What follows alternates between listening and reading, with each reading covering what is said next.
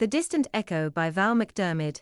It was a winter morning in 1978 that the body of a young barmaid was discovered in the snow banks of a Scottish cemetery. The only suspects in her brutal murder were the 4 young men who found her, Alex Gilby and his 3 best friends. With no evidence but her blood on their hands, no one was ever charged. 25 years later, the cold case file on Rosie Duff has been reopened. For Alex and his friends, the investigation has also opened old wounds, haunting memories and new fears. For a stranger has emerged from the shadows with his own ideas about justice and revenge.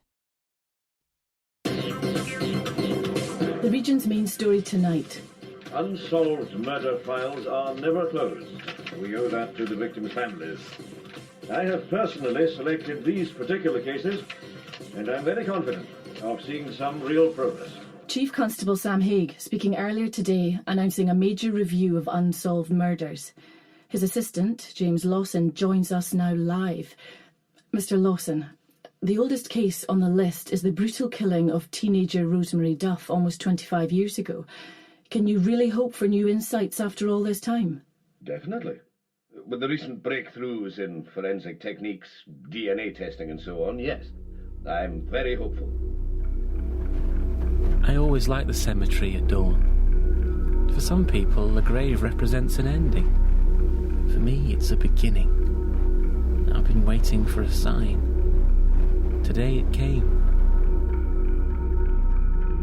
The Distant Echo by Val McDermid. Dramatised for radio by Bert Cools.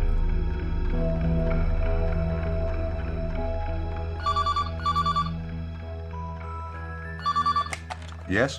Alex. Lynn, what's wrong? Is it the baby? No, I'm all right. No, I'm not. What do you mean? Well, what's happened? It's Ziggy. He's dead. Paul phoned from Seattle. There was a huge fire at their house in the middle of the night. Oh, is Paul okay? No, he wasn't there. He was away giving a lecture somewhere. Alex, the police think the fire was set deliberately. Oh my God, Ziggy was murdered? That's what they think. Has Paul told the others? No. I'll call them. Yeah, I'll tell Davy. No, I should do it. But he's my brother. I'll do it. But you'll have to deal with Weird. I don't think I could handle that right now.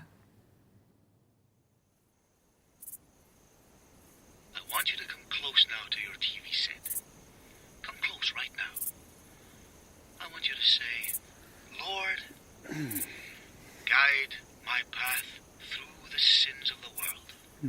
Through the fornicators and the blasphemers and the homosexuals and the corrupters. And I want you to say,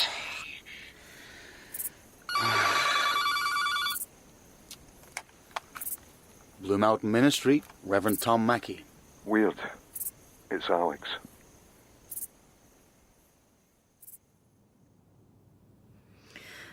How did he take it? Pretty badly.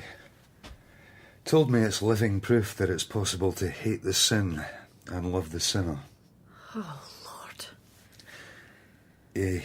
He wants to preach at the funeral. Alex, you can't let that happen. The last thing Paul needs is to hear that Ziggy's damned to eternal hellfire. And half the congregation's probably going to be gay too. I know. You'd better ring your brother. Oh, you can't be serious. Elaine's looking forward to it. For God's sake, Davy. I don't want to go, Lynn. I'm not going to go. Hey, don't. Not now. Let's sit down here. Do you know what he said? They've got a holiday booked, and anyway, he'd only get upset. So he managed to make it all about him. Are you surprised? After everything you four went through. I don't know. Maybe you just can't take the coincidence. What coincidence? I thought you hadn't realised. Lynn, what day is it? What do you mean? It's December the 16th. Oh, good God almighty. Alex! It's 25 years. 25 years to the day.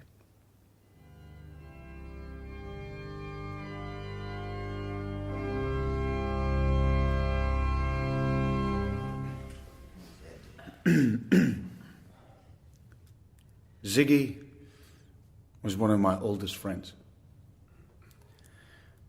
I thought the road he chose for himself was misguided. Well, he thought I was, to use a word for which there is no American English equivalent, a pillock. But that never mattered. The bond that existed between us was strong enough to survive it. There were 4 of us. I was the fool, the klutz, the one who always took things too far. Ziggy was the one who saved me from myself. Until I found a greater savior. It was Ziggy who kept me from destruction. I thank the Lord for the gift of Sigmund Malkovich. Amen.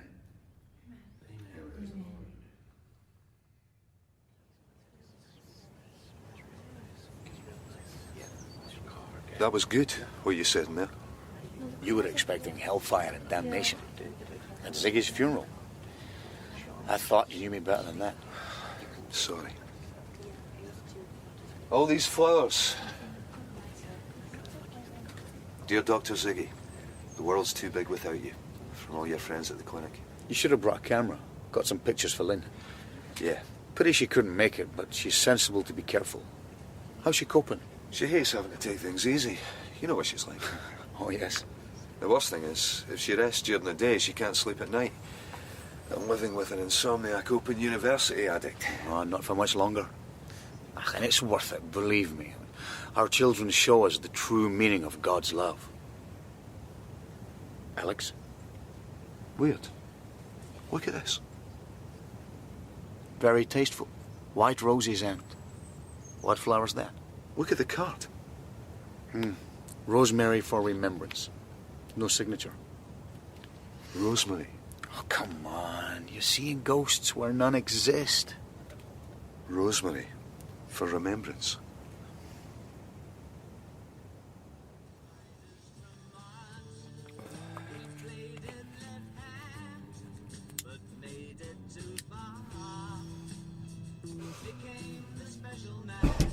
Open the door! For God's sake, open the bloody door! All right. Now, what's going on, son? You been in a fight? There's a lassie up on Hollow Hill. She's been attacked. Have you been drinking? Of course I've been drinking. Why else would I be out this time of the morning? We've been at a party. We were taking a shortcut home. Look, you've got to do something. She could die out there. Ziggy, she all right? If this is some sort of prank, you lads will wish you'd never been born. Ziggy! You're too late. She's dead. Right. All 4 of you move right away from her. I'm going back to the car, radio this in. You'd better be here when I get back. Alex, what? Hey! Do you know where this is, man? It's the old pagan cemetery, man. We found a body in the cemetery. Young man, for pity's sake, you'll get us all arrested. Hey, just let him try it, eh? Forza Wraith! We're a laddies for Kirkcaldy! God, we're just how much dope have you had? Davy, do something with him. Alex, listen. What? I had to move her head. Help her breathe. It's Rosie Duff from the Lammas Bar.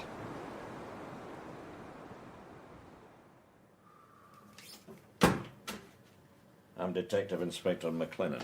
Alec Gilby. Oh, I know who you are, son. You're the one that fancied Rosie Duff. That's not a crime. No, it's not. I suppose it was Davy told you. You fancied her. You found her. You're a smart boy, Mr. Gilby. I don't have to spell it out for you, do I? You can't think I did it. Is that right? And if I'd raped a lassie... Well, she was raped. Raped a lassie, taken my knife to her and then left her for dead, I'd arrange it so I was the one who found her. Perfect excuse for being covered in her blood. If I was a smart boy. I told that constable I slipped in the snow and fell right on top of her. You think I'd make up something like that? I had nothing to do with it. None of us did. Did I say anything about the others? No. No. But now you've brought the subject up, suppose you tell me all about the four of you. Ziggy played guitar, jamming good with Weird and Gilly and the Spiders from Mars. He played it left hand, but made it too far.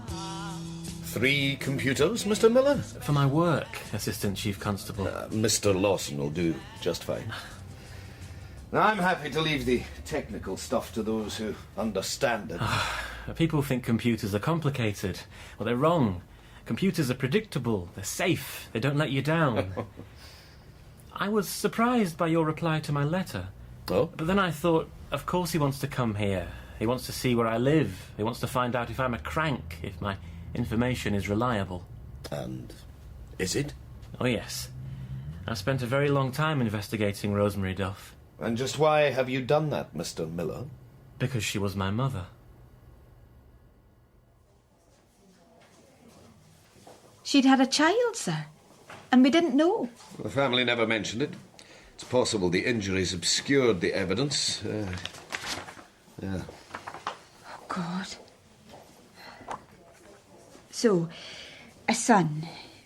Do you think it's relevant? He was born nearly 4 years before she was killed. No. No, I don't.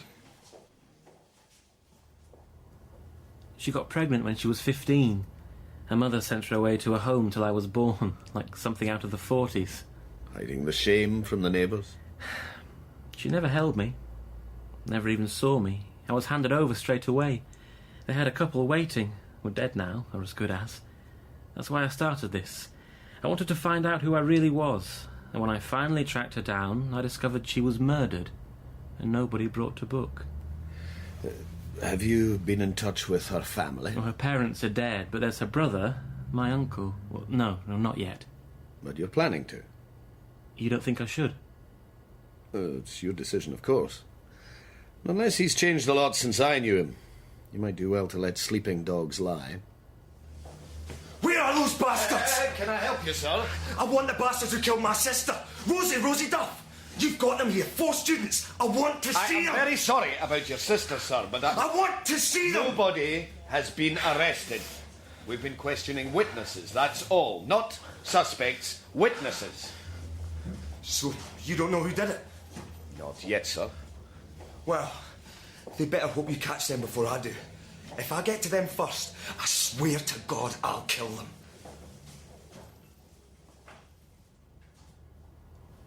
I thought maybe he'd see me as, some part of Rosie that lived on. I wouldn't bank on it, not considering the whole family did its best to pretend you never existed. Look at this. Mm-hmm. There. Oh, what is it? It's a newspaper report about her death. Well, I've got them all. It says she was seeing someone right up to the murder, but she wouldn't tell her family who it was. Yeah, that's right. We talked to all her friends, but we couldn't get the name. Yes, I know. Look. Alex Skilby. Yes? Davy Kerr. Tom Mackey. Sigmund Malkovich. Look, pictures, details, careers. Oh, and this. This is from a police statement. A Detective Inspector McLennan. He says there were traces of semen on her body and her clothes. Have you done the tests yet? What tests? The DNA tests. Don't tell me those 4 were just witnesses. I know better than that. So have you done the tests? Mr. Miller, this is very embarrassing.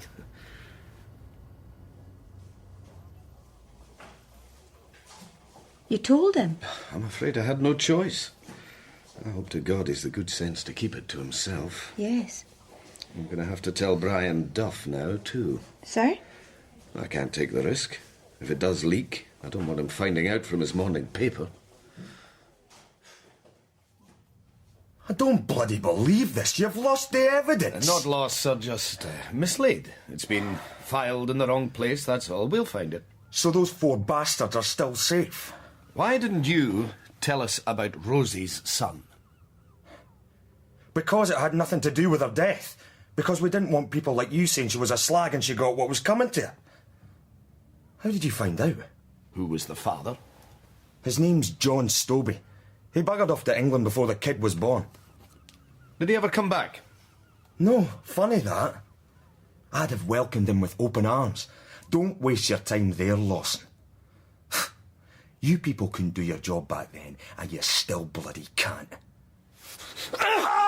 Shut your pussy, you shut you! Right, what's going on here? Move away from him. What is going on here? It's just about fun. It doesn't look very funny to me. Are you all right, son? Yeah, I'm all right. Well, you just stay there. You, over here.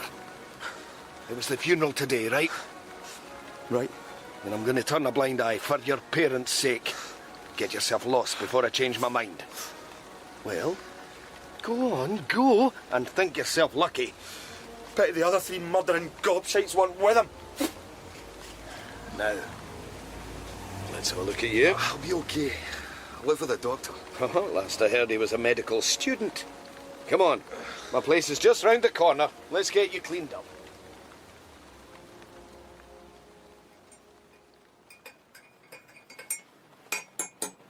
Here you go. Thanks. Watch, it's hot. Right. Lucky for me you came along. You weren't on duty? No, I've been working here all day. Right, you moonlight on a building site? I'm doing a self-build. Group of us share the work. That way I get a chief super's house and a constable's salary. But in the meantime you have to live in a caravan. That's not so bad. Should have seen it before I did it up. How you feeling? A bit better. That's good. Good. Look, I don't mean to sound rude, but why have you been so nice to me? Because I feel sorry for you and your pals. You did the right thing, but you've been made to look like the bad guys. I'm really sorry the press got hold of your names. They didn't hear them from me. Oh, here, you smoke? Oh, thanks. There you go. Suppose they've been on to your parents too. And the university. Oh, it's been bad. See, the thing is, I feel partly responsible. If I'd been out on patrol instead of sitting tucked up in my car, I might have caught the guy red-handed. Does McLaren still think we did it? Oh, I don't know. For what it's worth, I'm convinced you had nothing to do with it. Well, thanks, man. You know, I reckon it was some sort of ritual killing. Now, that's why she was up in the old cemetery. That's like something out of a film. Oh, it happens, believe me. I'll be honest with you. We're stuck. And that's why you four have ended up in the firing line. No other reason. As soon as we get a decent lead, this hassle you're having will just blow over. You'll be yesterday's news. Good. So, where did the four of you get together? University? No, we go way back. We met on our first day in high school. It's been the four of us ever since. Well, everyone needs their pals, eh? My job's no different. People you get so close to, you'd lay down your life for them if it came to it. Yeah, same with us. So you'd lie for each other if you had to. So that's what this is about. Thanks for the coffee. I'm fine now.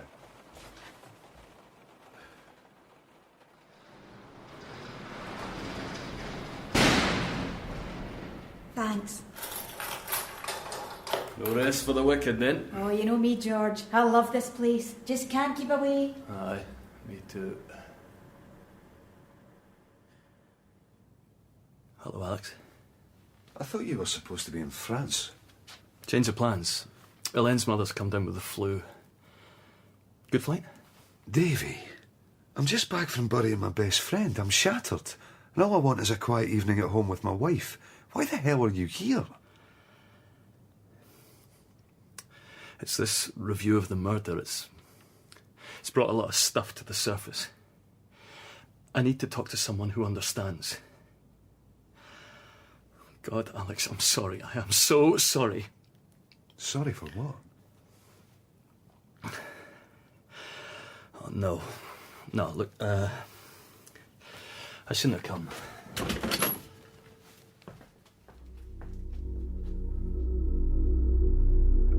It's better to be invisible than noticed. Blending in's the perfect way to avoid unwanted attention. A woman told me once that I looked like James Dean, but it was just a pathetic attempt to get me to take an interest in her. One of them has paid, and another one is suffering. He was crying when he came out of the house.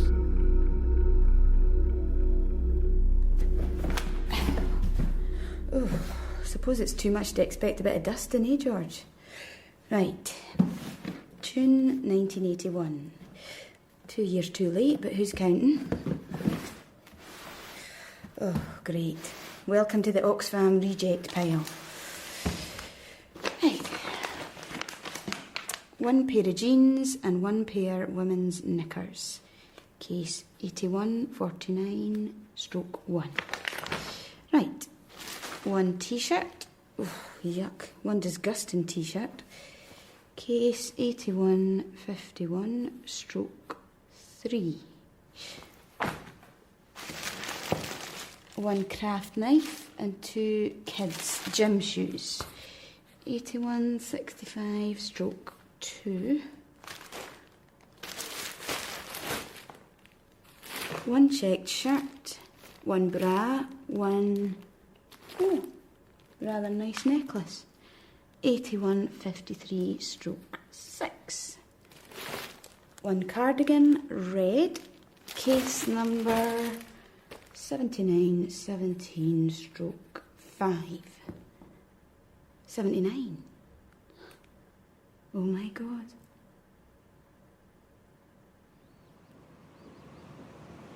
Well done, Cap. Thank you, sir. But you say that was the only item? Oh, I'm afraid so. It must have got separated from the rest. I'll keep looking. You'll do no such thing. Sir? Detective Constable Pirry, it's Christmas Eve and I happen to know you've got 6 days leave booked. Get that cardigan properly boxed up and labelled, then get yourself out of there. It's waited 25 years. It can wait another week. Yes, sir. Thanks. Are you doing anything for Christmas? Oh, the usual. Eat too much, drink too much, regret it come January. You, sir? Well, the best break in the world, Constable. I'm going fishing. I'll see you next year.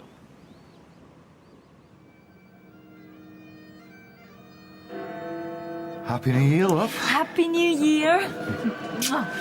Here. To you. And to you, whatever you are. Ah, there's no way to talk to your daughter. Oh, it's a girl then? Well, of course. 2005. May it be a better year than the last. 2005.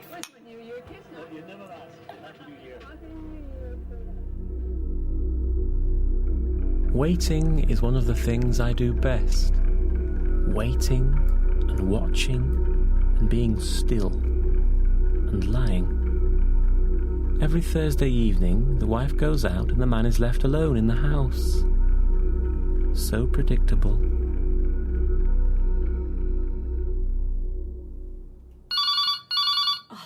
Oh, great.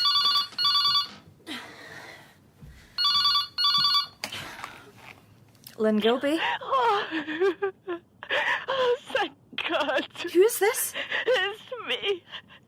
I've just got home. Hélène? Mon Dieu. Aidez-moi. C'est terrible. C'est horrible. Je sais pas quoi faire. What's the matter? What's happened? Davy. He's on the floor. There's blood everywhere.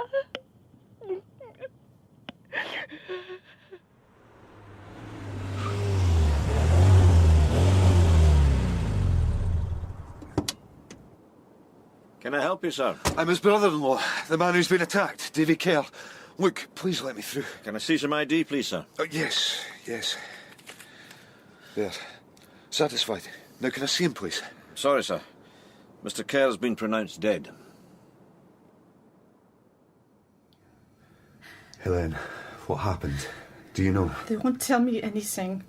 They won't let me out of this room. You know what? What? When I found him, I touched his neck to see if there was a pulse. But I was so careful how I did it. I didn't want to get his blood on me. I didn't want the police to think I'd done it. My Davy was lying there, And all I could think of was myself. Isn't that terrible? No, I understand. Damn. Sorry. Alex Gilby. What? Oh, right. Yes, I'm on my way. Hi, Lynn, I'm sorry. What is it? What's happened? It's Lynn.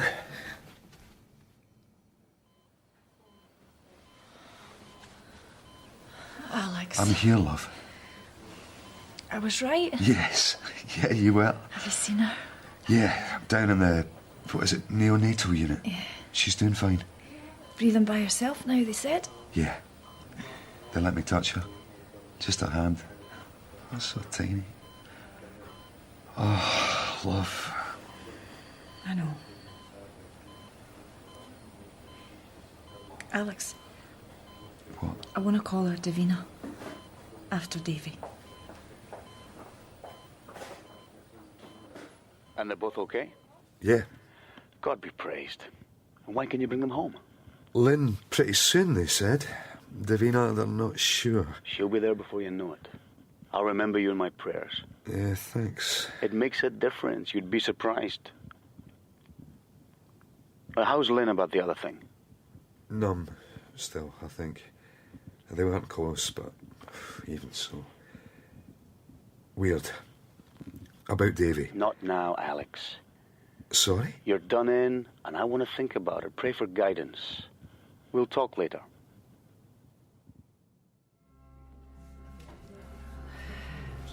Are you all right? Can you help me back to the car? I want to be away from everyone, just, for a minute. Sure. I'll be close by if you need me. Thanks, Weird. It was good of you to come over. More than you deserved.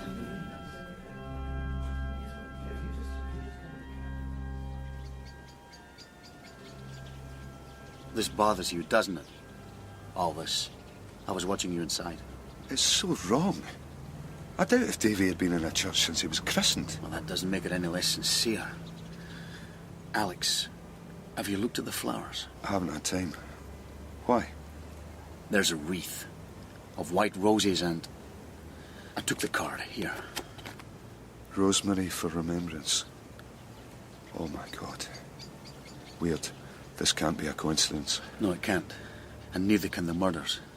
Someone thinks we've got a debt to pay. But after 25 years, can you nurse a grudge all that time? Well, there are plenty of people out there who haven't taken Jesus as their saviour, Alex. There's nothing they're not capable of.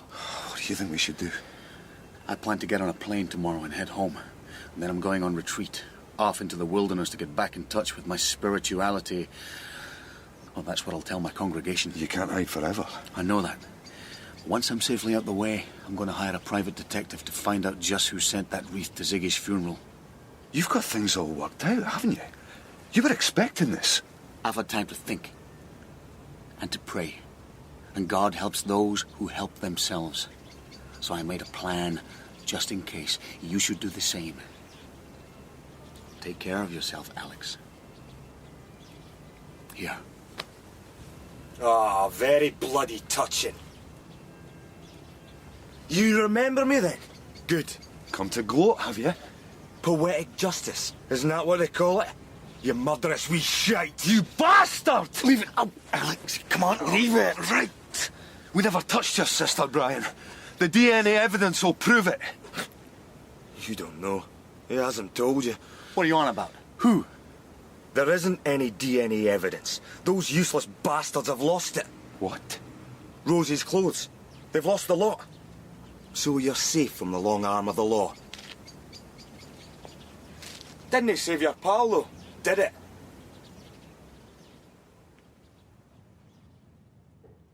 No comment. That's not good enough. Not after what we went through. Rosie Duff wasn't the only victim back then. I suppose I go to the press and tell them how Fife Police have screwed up. I don't respond well to intimidation, Mr. Gilby. Neither do I. Not anymore. You're supposed to be conducting a cold case review here. And I'm a key witness. I'm the person who found the body. Why hasn't anyone been in touch with me? That doesn't exactly smack of zeal now, does it? And now I discover you can't even keep a bag of clothes safe. Well, we found her cardigan. Somehow it was separated from the rest. Then you can run tests on that. Unfortunately, there's no biological material on it. We did all the tests we could possibly do back then. Without the other clothes, I'm afraid we're stymied. And so you're just going to drop the whole case and forget about it? Do you realise that 2 of us have been murdered in the past month? 2 of you? He didn't know about Ziggy. And now he does know. Does he think there's a connection? No, he doesn't. Coincidences do happen, Mr. Gilby. That's ridiculous. Strathclyde police are pursuing promising lines of inquiry into your brother-in-law's death that have nothing to do with the Rosie Duff case. Did he tell you what they are? No, of course not. He did say one thing, though. What? I asked him if Rosie's brother was in the frame. He said, did I really think that wreaths and clever quotations were Brian Duff's style? Well, he's got a point. I'm not so sure. People can change in 25 years. Anyway, I said something like, so that gets rid of the only suspect. And he said, not quite. There's someone else. What do you mean? Ignore me, I was just thinking aloud. You can't brush me off like that. What did you mean? Who do you mean? Rosie's son. He's called Graham. Wasn't let that slip. Apparently works in IT, he's very quiet, very stable, and he wouldn't hurt a fly. Then why is he a suspect? Well, I don't think he is, not really. They're just clutching at straws. Well, suppose it is him who's after you. Oh, didn't you know? No one's after me. I'm just a paranoid nutter who did too many drugs when he was a student. Lawson said that. Alex, you've got to make him take this seriously. What do you think I was trying to do? How could they manage to lose the evidence? Oh, no. Give them credit. They found her cardigan. The one thing that's got nothing biological on it. We did all the tests we could possibly do at the time. Pompous bastard. Is that what he said? Pretty much. Why? Don't you see? It means there is something there, just not something biological. I suppose so. Didn't they do a search of that house you all lived in? Yeah, they did. Though they scraped the woodwork in the walls and asked us if we'd done any decorating. As if Ziggy reckoned they were trying to match something they'd found on Rosie's body. Like paint, maybe? On her cardigan, maybe? I wonder if that's it. Well, what else could it be? But why haven't they done a new analysis? Well, because you can't get DNA from paint. No, but there's stuff you can get, and a lot more now than even a few years ago. Like type and make and where it's been even. Where'd you get that from?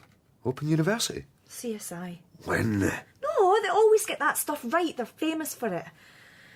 So why hasn't Lawson done an up-to-date test? Well, how would I know? Well, go back and ask. No, the hell with that. Go back and make him do it. Oh, yeah. One word from me is really going to jump through a hoop. And so you're going to sit back and do nothing?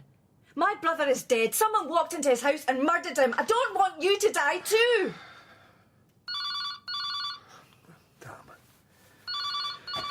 Yes. Yes, speaking. All right. Yes, I understand. Thank you. Thank you very much. What? Who was that? It was the hospital. We can bring Davina home.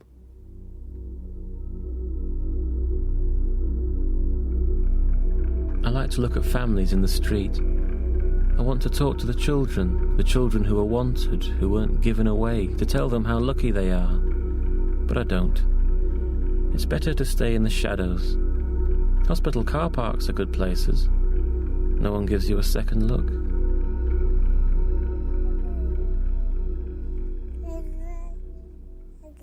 That's right. That's the way you go to sleep now. Yeah. Oh, that's your daddy come home? Yes, it is. I'm back, and I've brought a visitor. Go in. Hello, Lynn. Weird. You're the last person I expected to see. That's what I said. He strolled into work like he'd come from around the corner. Where have you come from? Mexico. Ask a silly question. It's good to see you. You too. Oh, my. It took you long enough to notice. Lovely, isn't she? How long's she been home? Just a few days. Oh, you must be so happy. Hello there. Eh? Aren't you a beauty?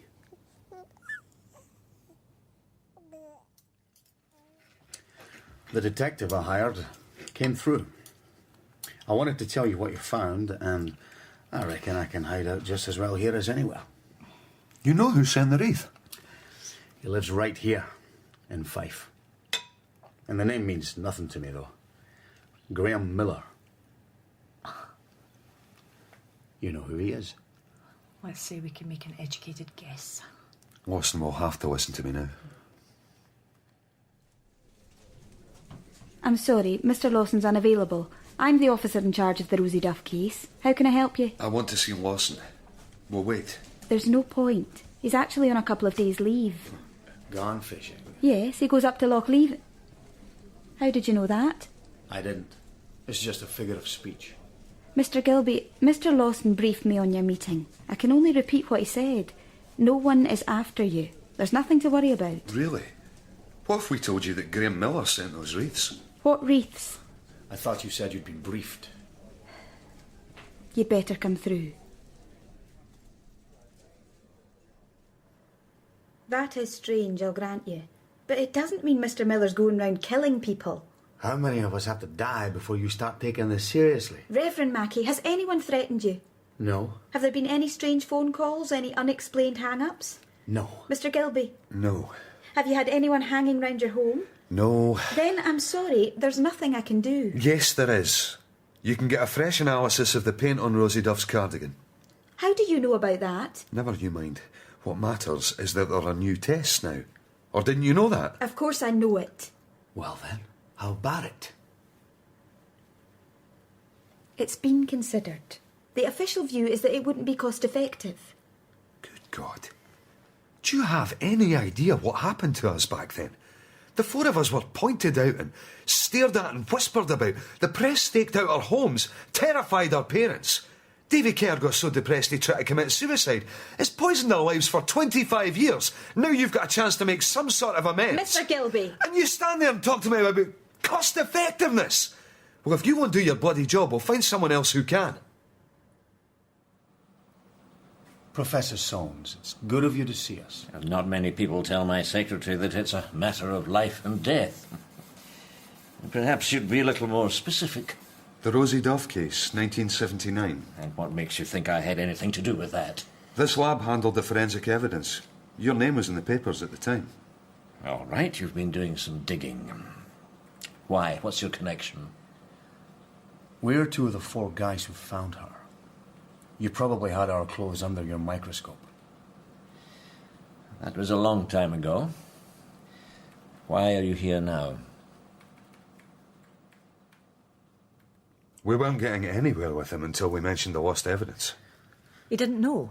Well, they're not exactly shouting about it. He said something very interesting. I'm not surprised. Not under this command. It seems there's no love lost between Professor David Soames and the Fife police. Well, great, so he's on our side. Is he going to do the tests? He said he can't. He might not like the police, but they give his lab a lot of work. He can't afford to fall out with them. I thought you said you'd got somewhere with him. Oh, we did. He showed us the original file. They've still got the sample flecks of paint they took from the cardigan. And? Oh, please, Weird, no dramatic pauses. And? And he gave some of them to us. You've got the evidence. Here. And we can have it analysed ourselves.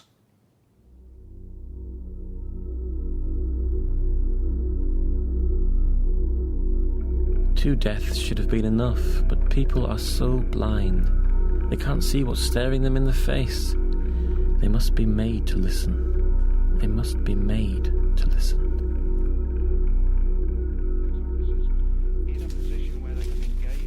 Anything interesting? No. Yes. From the paint lab. Already? Turn off the radio.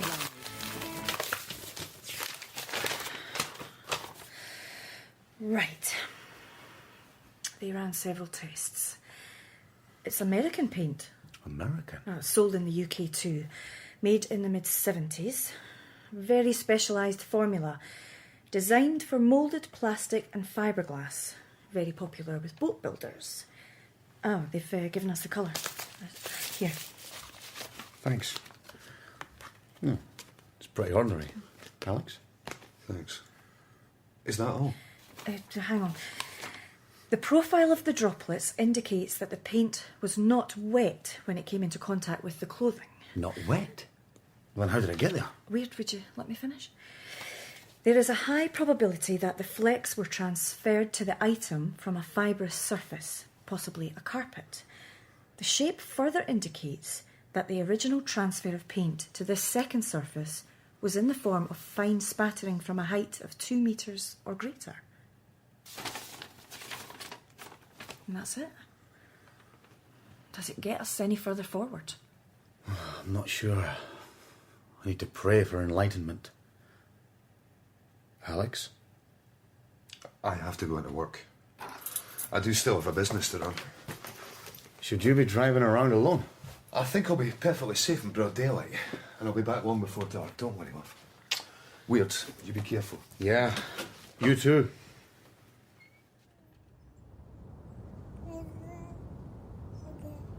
You sure you don't mind? There's no reason for you to be cooped up here too.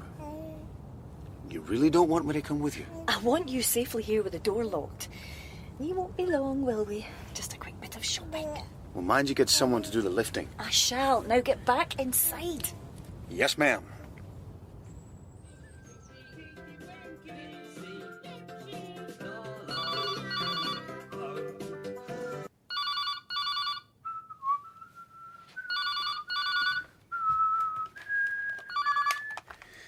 Alex Gilby's phone. Wait, thank God. I can't get Alex. He's not at work and they won't send for Lawson. I can't make them understand. Lynn. Weird, what am I going to do? I don't know what to do. Lynn, It was Lynn, all slow about- down. Slow down. Tell me what's happened. I had to stop for petrol. I only left it for a second. Weird, someone's taken Davina.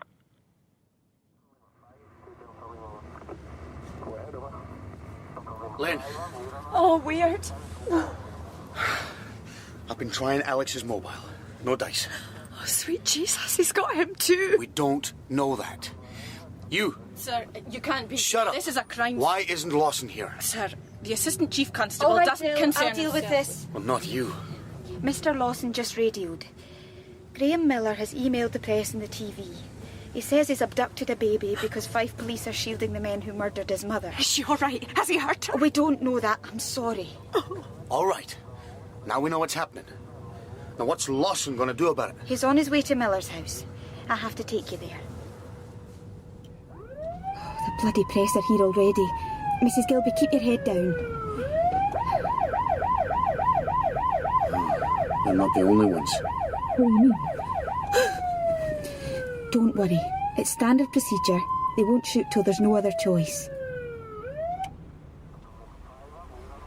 Well, Lawson, you happy now? Who the devil, eh? Tom Mackey? The same. Now do you believe Alex? That maniac's got his kid in there. He's already killed 2 people. See if he harms a hair on that child's hair, I swear you'll wish you'd never been born. Sir? What? The radio van's here, sir. They're waiting for you. Thank you. Mr. Mackey, I'm going to do my job and I suggest you do yours. Go and organise a prayer meeting.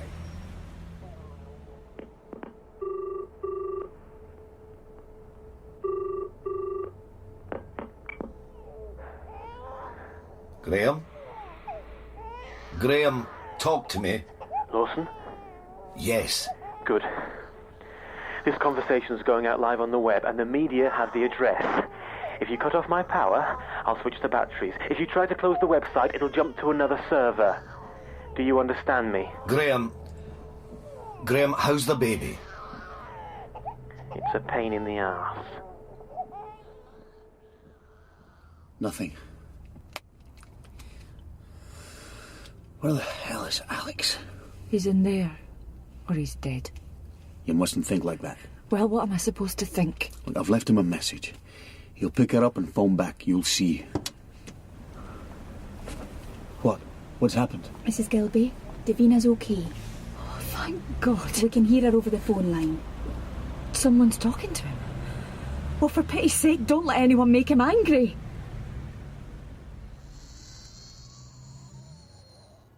Graham, that's all in the past. What we're concerned about is the future. Your future. Oh, don't talk to me as if I'm stupid. I know I'm going to prison for this. It's worth it to tell people what you did. You had them and you let them go free, and now you've thrown away your only chance to make them pay. How could you do that? Huh? How? All right. You've told the story. It's done. It's over. Now, give up the baby and we'll talk. Let someone come and get her. No. I want to hear you admit it. I'm right, and you know it, so I want to hear you admit it. Give up the baby first. No. None of your tricks. Oh, shut up! Shut up! Why won't they tell us what's happening? Because they're the police. You know it's gonna get dark soon. So? Nothing. Weird, what do you think they'll do?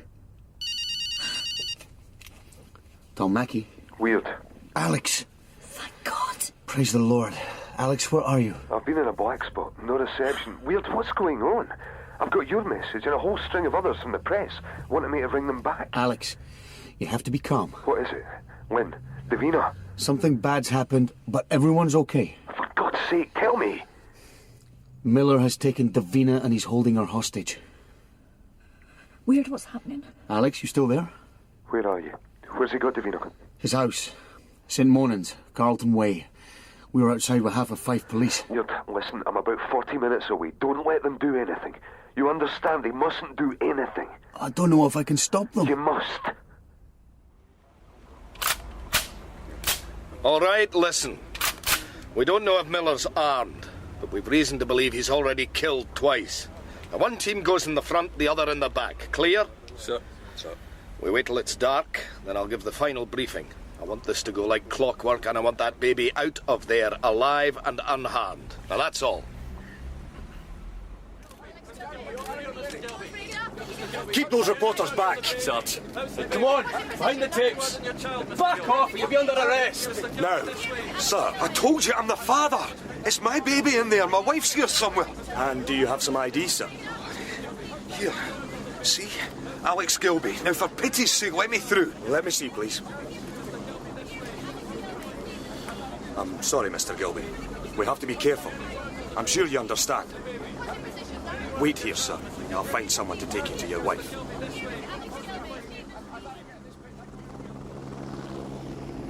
Alex! It's going to be okay.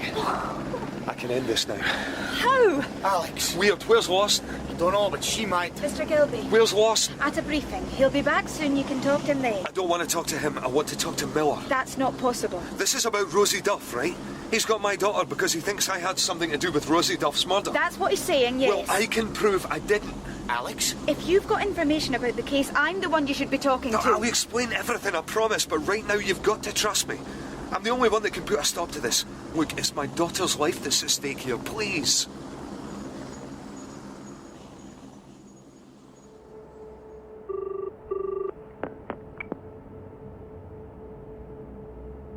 Lawson?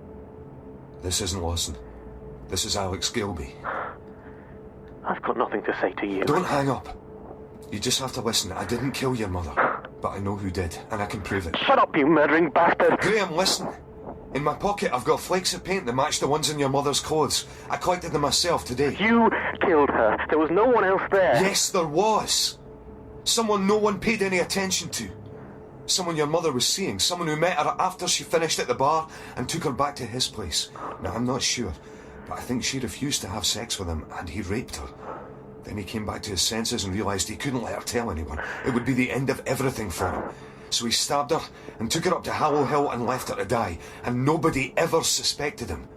Because he was on the side of the law. Alex? This is ridiculous. Quiet! Graham, are you still there? Say his name.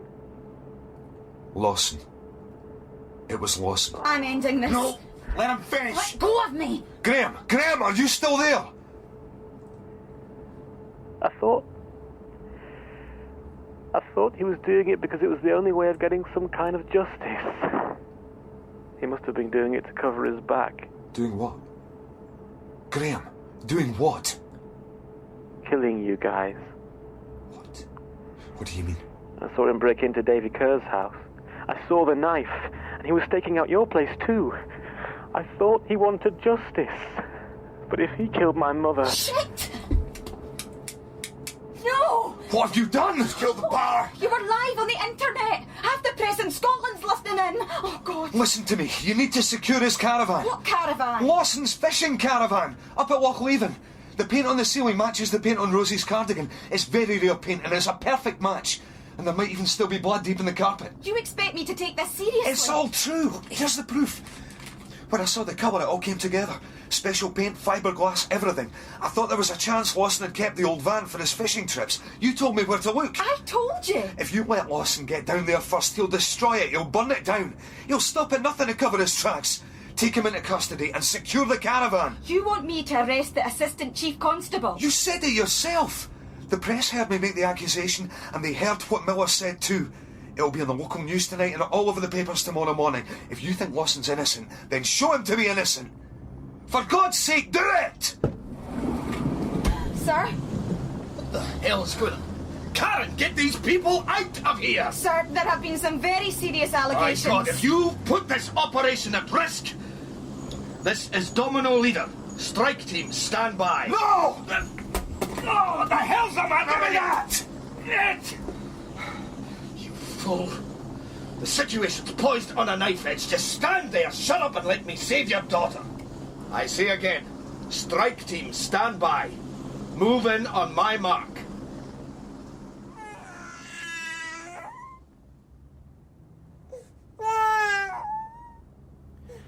It's all right. Everything's all right. That's it. That's good. It's all right. I'm going to get justice. Justice at last. What? Oh, police! Put down the baby! Oh, you don't understand. Put down the baby. No! No!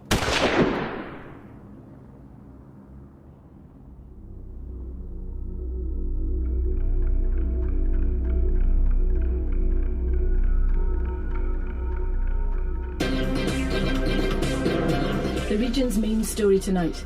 It's just been confirmed that Assistant Chief Constable James Lawson has been charged with the rape and murder of teenager Rosemary Duff over 25 years ago. Sources close to Fife Police say that Lawson has made a full confession of this and several other serious offences, believed to include the destruction of key evidence and 2 further murders, one of them in the United States.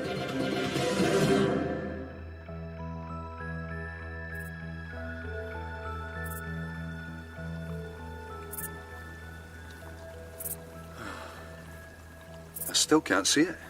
More to your left. Got it. Can they see us? We're too far away. Does your family know you spy on them? I tell them God sees everything and I have a direct line to him. What are the kids up to? Cooing over Davina. And there's Lynn, telling them she gets her looks from her side of the family. Gilly, man, I think they've worked that one out for themselves. You haven't called me that in a long time. True enough. Strange, isn't it? We chose to tread different paths, you and I. Very different in your case. But we seem to have ended up in much the same place. Can't really argue with that. Thanks for this, man. You needed a break. Seemed like a good idea. A great idea. Karen Perry rang me last week, off the record. Filled in the last missing pieces. Well, that was good of her. Are you going to tell me what they were? Didn't you wonder why Lawson came after us? He was unhinged. Well, yeah. But apparently that wasn't the only reason. He thought we knew. That he'd killed Rosie. Well, why the heck did he think that? Because Davy was blackmailing him. That's sick. Lawson's shooting a line. I don't know. Apparently, Davy knew that Lawson was Rosie's mystery boyfriend. He'd seen them together a couple of times, and he threatened to tell the police. And that would have put Lawson right in the frame. Davy's price for keeping quiet was to be left alone. Lawson agreed to try and steer his bosses away from him. Leaving them free to concentrate on the rest of us. So much for the laddies for Kirkcaldy. What happened to one for all and all for one? Nothing was the same after we found her, was it? I suppose it couldn't ever be. Didn't work, did it? What didn't? Davy's little scheme. It wasn't the police he should have been worried about. It was the press and the gossip and the looks in the street. That's what got to him. When they reopened the case, Davy went to Lawson and reminded him of the deal. He didn't want his life blown apart a second time. And he also told him he'd shared the secret with one of us, only he didn't say which one. So we all had to die, just because we knew he had a link to Rosie. We weren't the only ones who'd had to live with it festering away inside us all these years. God only knows what was going on in Lawson's mind. At last. What? We found something about God that we agree on.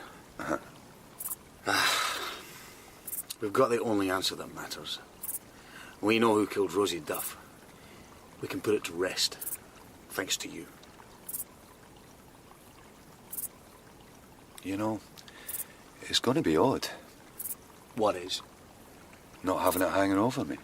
Not getting depressed every Christmas because it's the anniversary. Being able to think about the future. That's your future. Down there.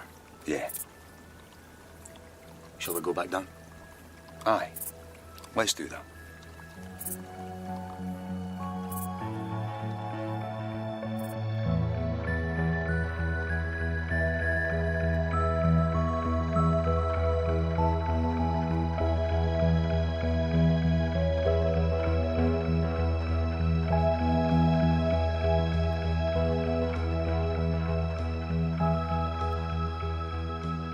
In The Distant Echo, Lawson was played by Jimmy Chisholm, Graham by John Paul Hurley, Alex by Stephen Cartwright, Weird by Michael Nardoni, Davy, Matthew Pidgeon, McLennan, Crawford Logan, Brian, Simon Donaldson, Karen, Claire Knight, Helen, Kirsten Murray, and Lynn by Guyanne Potter.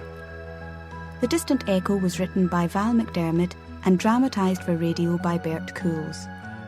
The director was Lou Kemp.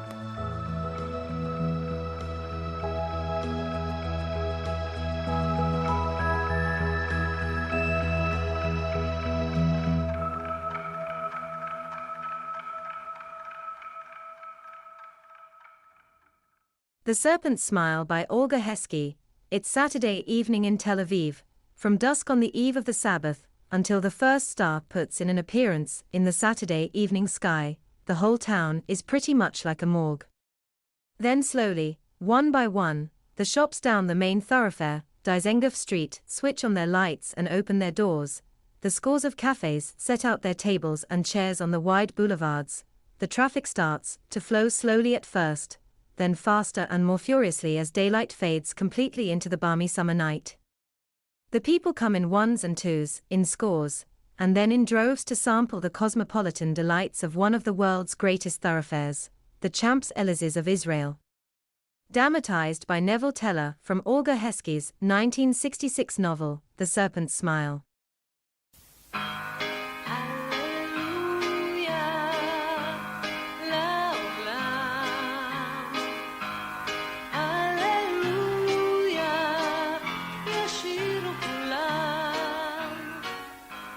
Steve Hodson as Tammy Shimoni and Susan Deniker as Shelley Bernstein in The Serpent's Smile, dramatized by Neville Teller from the novel by Olga Heskey, with John Gabriel as Papa Barzilai. The Serpent's Smile.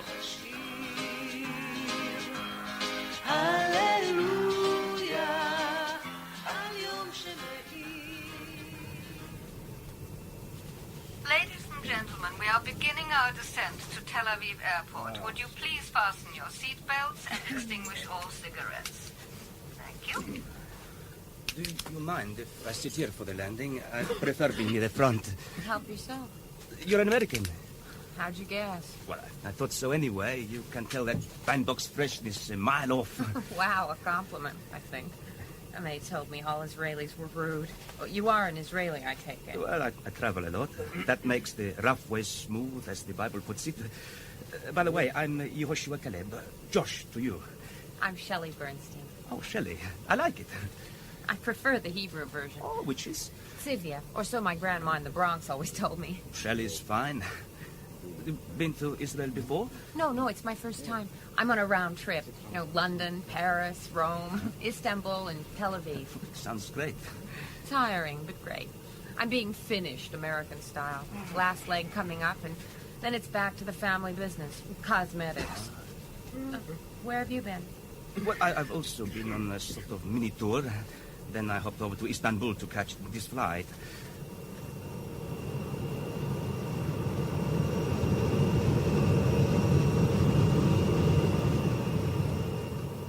How long will you be staying in Israel? 2 weeks. Why? Well, I'd like to show you some of the sights. The Dead Sea, Masada, Lake Kinneret. Oh, I'll be joining a tour. Most of that's arranged. Look, we'll be landing in a minute. Where are you staying? Oh, we're in Tel Aviv for a few days. The Ramada. Well, I'll come and take you out tomorrow night. Saturday, we'll celebrate. Celebrate what? Safe arrival. I'd come tonight, but nothing happens in Israel on the eve of the Sabbath. Expect me tomorrow at 8. Hey, I'm not Now, if I don't sure. turn up, it will be force majeure. It really would be a crime not to keep a date with you. If I don't show, you must report it to the police. That'd be pushing it a bit. No, I'm serious. I really mean it. Well, I can't think they'd consider it a crime worth investigating. Ladies and gentlemen, we have landed at Tel Aviv Airport. The temperature outside is 27 degrees centigrade. We hope you've had a pleasant flight. Thank you. Here, let me help you with your things. Is this your coat? Oh, yes, it is. Oh, no, I won't wear it. Not in this heat. This is all yours. Thank you. Look, I've got to go back for my hand luggage. You go on. Don't forget, 8 o'clock tomorrow. See you, Shelley, or Sylvia, or Rachel, or whoever you are. Goodbye. That's how it all started. At least as far as I was concerned. See? The name is Tami Shimoni. Inspector Tami Shimoni, to be precise, of the Tel Aviv Police Department. Just a cop. At least that's what I was when this thing all began. How did I get involved? Well, for one thing, Josh Caleb did not show up at the Ramada Hotel that Saturday night. Saturday evening in Tel Aviv. How can I describe it? From dusk on the Friday, the eve of the Sabbath, until the first star puts in an appearance in the Saturday evening sky, the whole town is pretty much like a morgue. Then, slowly, one by one, the shops down the main thoroughfare, Dizengoff, switch on their lights and open their doors. The scores of cafes set out their tables and chairs on the wide boulevard. The traffic starts to flow, slowly at first, then faster and more furiously as daylight fades completely into the balmy summer night. And then the people. Whether they have spent the Sabbath in the synagogue or on the beach, out they come, in ones and twos, in scores, and then in droves, to sample the cosmopolitan delights of one of the world's great thoroughfares, the Champs-Élysées of Israel. Amid all that noise, all those crowds, all that confusion, who could be expected to notice how it was that one young man toppled slowly to the pavement, blood spreading over his shirt front? Look out! He's hurt. Hold him. Gently. Get him into the cafe. This man's been hurt. Help me with him. Let me through. I'm a doctor. In here. Clear the way. Yeah. Give us some room. Call the police, someone, for heaven's sake. I've told someone. They'll be here soon. The station's only up the road. Through here. There's a sofa.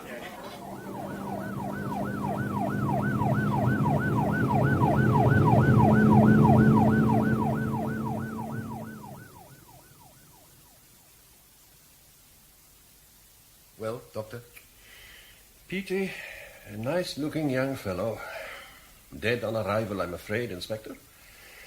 Expert job. Blade clean through the heart. I don't suppose he even felt it. Yeah. Any lead on who he is, Sergeant Lane? Not that I know. Did you notice the marks on his arms? What? What marks? There. It's inside the elbows. Ah? Those red spots. Well, that's odd. Now, what do you think, Doc? Hypodermic, possibly? That's odd. Dope stands to reason. After all, who gets knifed? Crooks. You wait till they check these prints. You'll see. A crook. I've been sitting around here for 20 years without learning a thing or two. Yeah, maybe. But only one mark on each arm, Come on, Sergeant. Let's see if the lab had anything. What do you mean, negative? What does negative mean? Nothing. No evidence. Nothing on him, Tammy. Nothing in his pockets, no money, no papers, no watch. Not even a handkerchief. Every garment mass-produced, all brand new. It's as though he hadn't wanted us to find out who he was. Very disobliging. The case of the reluctant corpse. So disobliging that he hasn't even favored us with a stab wound through his shirt. Oh, Yitzhak. What are you saying now? It's true. Look, plenty of blood, no hole. Well, it's a hot evening, for heaven's sake. Perhaps he had his shirt undone. I took it off him. It was buttoned up the front. Only the neck was undone. What does it mean? You're the detective, Tommy. You work it out. I walked home late that Saturday, in the dust and heat-smelling night. Down Dizengoff I walked from the police station at the top end, and the streets were still crowded, far more than in daytime. The cafe tables stretched across the pavements almost to the road edge, jam-packed with people. In front of them, behind them, other crowds drifted, some shopping, some window shopping. Though Sunday would be an ordinary working day, no one was in a hurry to return to stifling apartments, where it would be hard to sleep. Not even me, drained after 16 solid hours on duty. Beyond the great raised square, the Kikar, the crowds thinned, and I turned into the quieter residential street where I lodged. On the far corner was the lighted ground floor window. Papa Shmuel Barzilai would be playing chicaneurs with Mr. Reuben. Mama Barzilai would be in bed. She usually was, waited on hand and foot by Papa. Lemon tea, hankies soaked in eau de cologne, books. She suffered from some mysterious ailment that innumerable doctors had failed to diagnose. Poor Papa Barzilai's pay as some sort of clerk at Tel Aviv port couldn't really cover the cost of the daily help they had to employ. So my rent came in handy. I was lucky, really. They had practically adopted me. Ah, Tammy. You won't believe it. He's another 500,000 shekels down. That's 45 million he owes me. When will he learn? He can't trick me. Trick you? Who tries to trick you? He doesn't mean it, Mr. Reuben. You think I don't notice? I notice, but I don't let on. I see right through you and your little games. And don't think I won't collect that 45 million one day. I'll send a lawyer's letter. Lawyers? There won't be any need for lawyers. You two are as bad as each other. There won't be any 45 million. A run of bad luck. That's all I've had. It can happen to anyone. Good night, Shmuel. My luck will turn. You wait till tomorrow. I can wait. Good night, Tammy. Good night, Mr. Reuben. Why on earth do you two play for such high stakes? If he didn't try tricking me, he'd do much better. You know you wouldn't enjoy it half as much. You know, you'd play a fair hand, Tammy, if you put your mind to it. I'd rather put my mind to unarmed combat. Take up chicaneurs with you. You've got a photographic memory to start off with. By the second time round, you always know what card's coming next. And if I have, what else have I got to occupy my mind? Only cards and hearing about your job. Now, tell me, my boy, anything interesting get you so late today? Yeah, nothing much. Some chap got himself bumped off in the middle of Dizengoff with a couple of 1,000 people around him.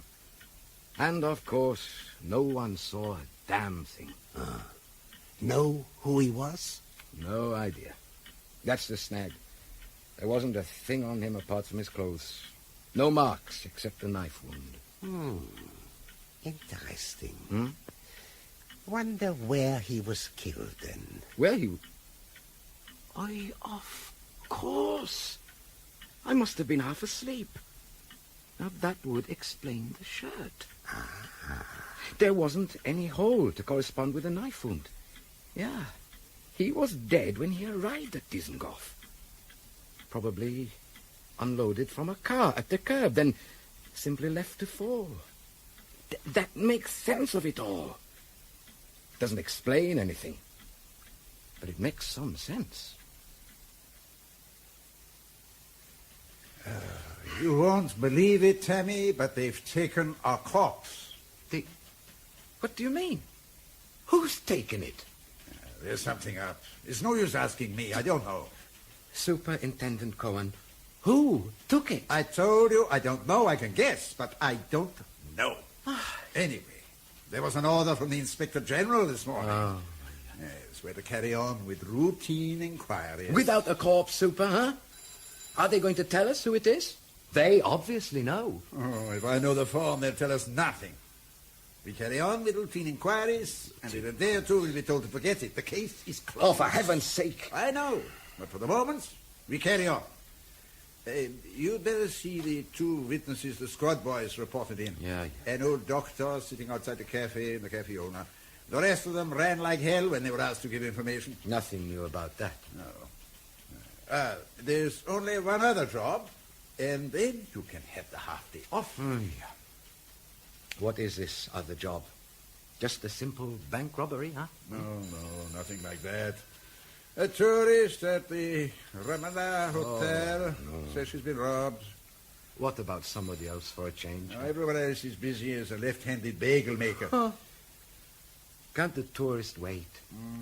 No, she has to leave Tel Aviv. She's with a party. No. You do those jobs, write your reports, and off you go. Free till tomorrow. Thanks for nothing. 50 years ago we came to this country. I'd only just qualified as a doctor. Back in Derheim, what is now Romania. Yeah. I've lived through everything. 48, 67, 73. Now I've retired, and I live very quietly. Now my dear wife has passed on. A few friends, a swim every morning, winter and summer. And on Saturday nights, I go and sit at the cafe table. Always the same one. And watch the crowds go by. Yeah, and last Saturday night, Dr. Livney. As usual, I was sitting at my table, and the waiters were putting more and more tables in front, when I noticed 3 people. Now, what made you notice them especially? Well, it somehow looked strange. 3 heads, quite close together, moving through the crowds. And what happened next? Well, suddenly, all the people walking in front of us seemed to bunch together. Yes. I stood up to see what was going on, and then there was a scream. And then? More pushing backwards and forwards.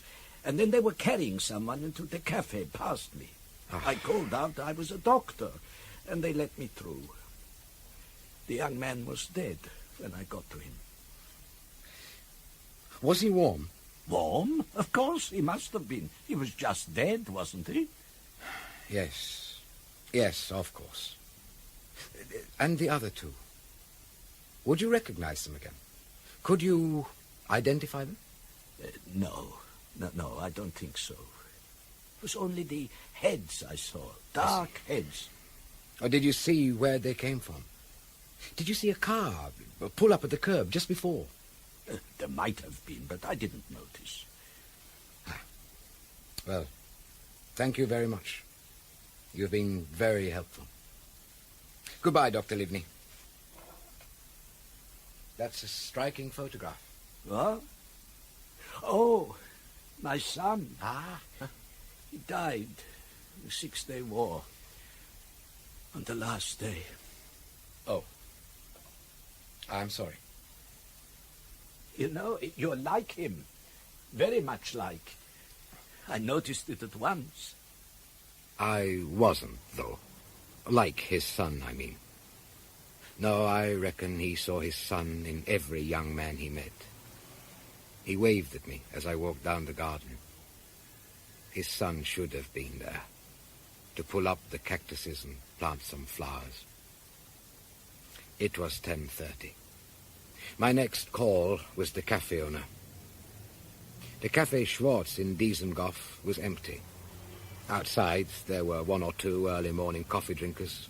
But inside, the chrome plastic top tables and imitation marble walls were depressingly aseptic. The espresso machine bubbled and winked malignant red and green signals. Behind it loomed its master, Naum Schwartz. Another road. Nothing better to do. I told your people everything I know last night. And that's nothing. It's still the same. So, someone is murdered in the busiest part of town, and you want us to do nothing. Come on, all kinds come here. Wasn't there maybe someone you recognized? That you remember perhaps from years back, huh? At any time in the evening? It may have nothing to do with this affair. But there again, it could give us a lead. Have you ever been here on a Saturday night? You know what it's like? 2 espressos. Is that all? It's all they ordered. Offer them a cake. 20 people could get themselves killed on your nose. You wouldn't be any the wiser. Look, I didn't see the dead man till they brought him in, and I'd never seen him before. That I can tell you. A nice panic it made in here, turning my cafe into a morgue. It ruined my night's business. I'm sure he'd have been very upset about that. Most inconsiderate. It's all right for you.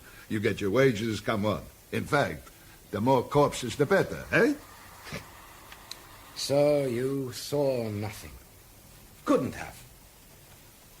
And you were inside here when it all happened. So you were outside here, huh? I wasn't inside and I wasn't outside. Come on. I was standing in the door and looking to see if I could squeeze in next to the table. So you saw the man fall then? No, I didn't.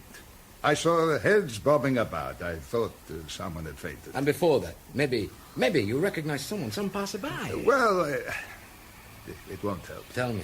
He'd gone on before Just it all tell me. happened. He was well in front of the dead man, but there was this character. Oh. I haven't seen him around for years. I remember thinking to myself, I thought you were dead and gone. Oh. I don't even know his real name. Hashi, they used to call him. I expected something to do with hashies. Small time, I reckon. Anyway, I do know the law caught up with him years ago. Hashi. And you saw this character just where in relation to the dead man? Nowhere in relation.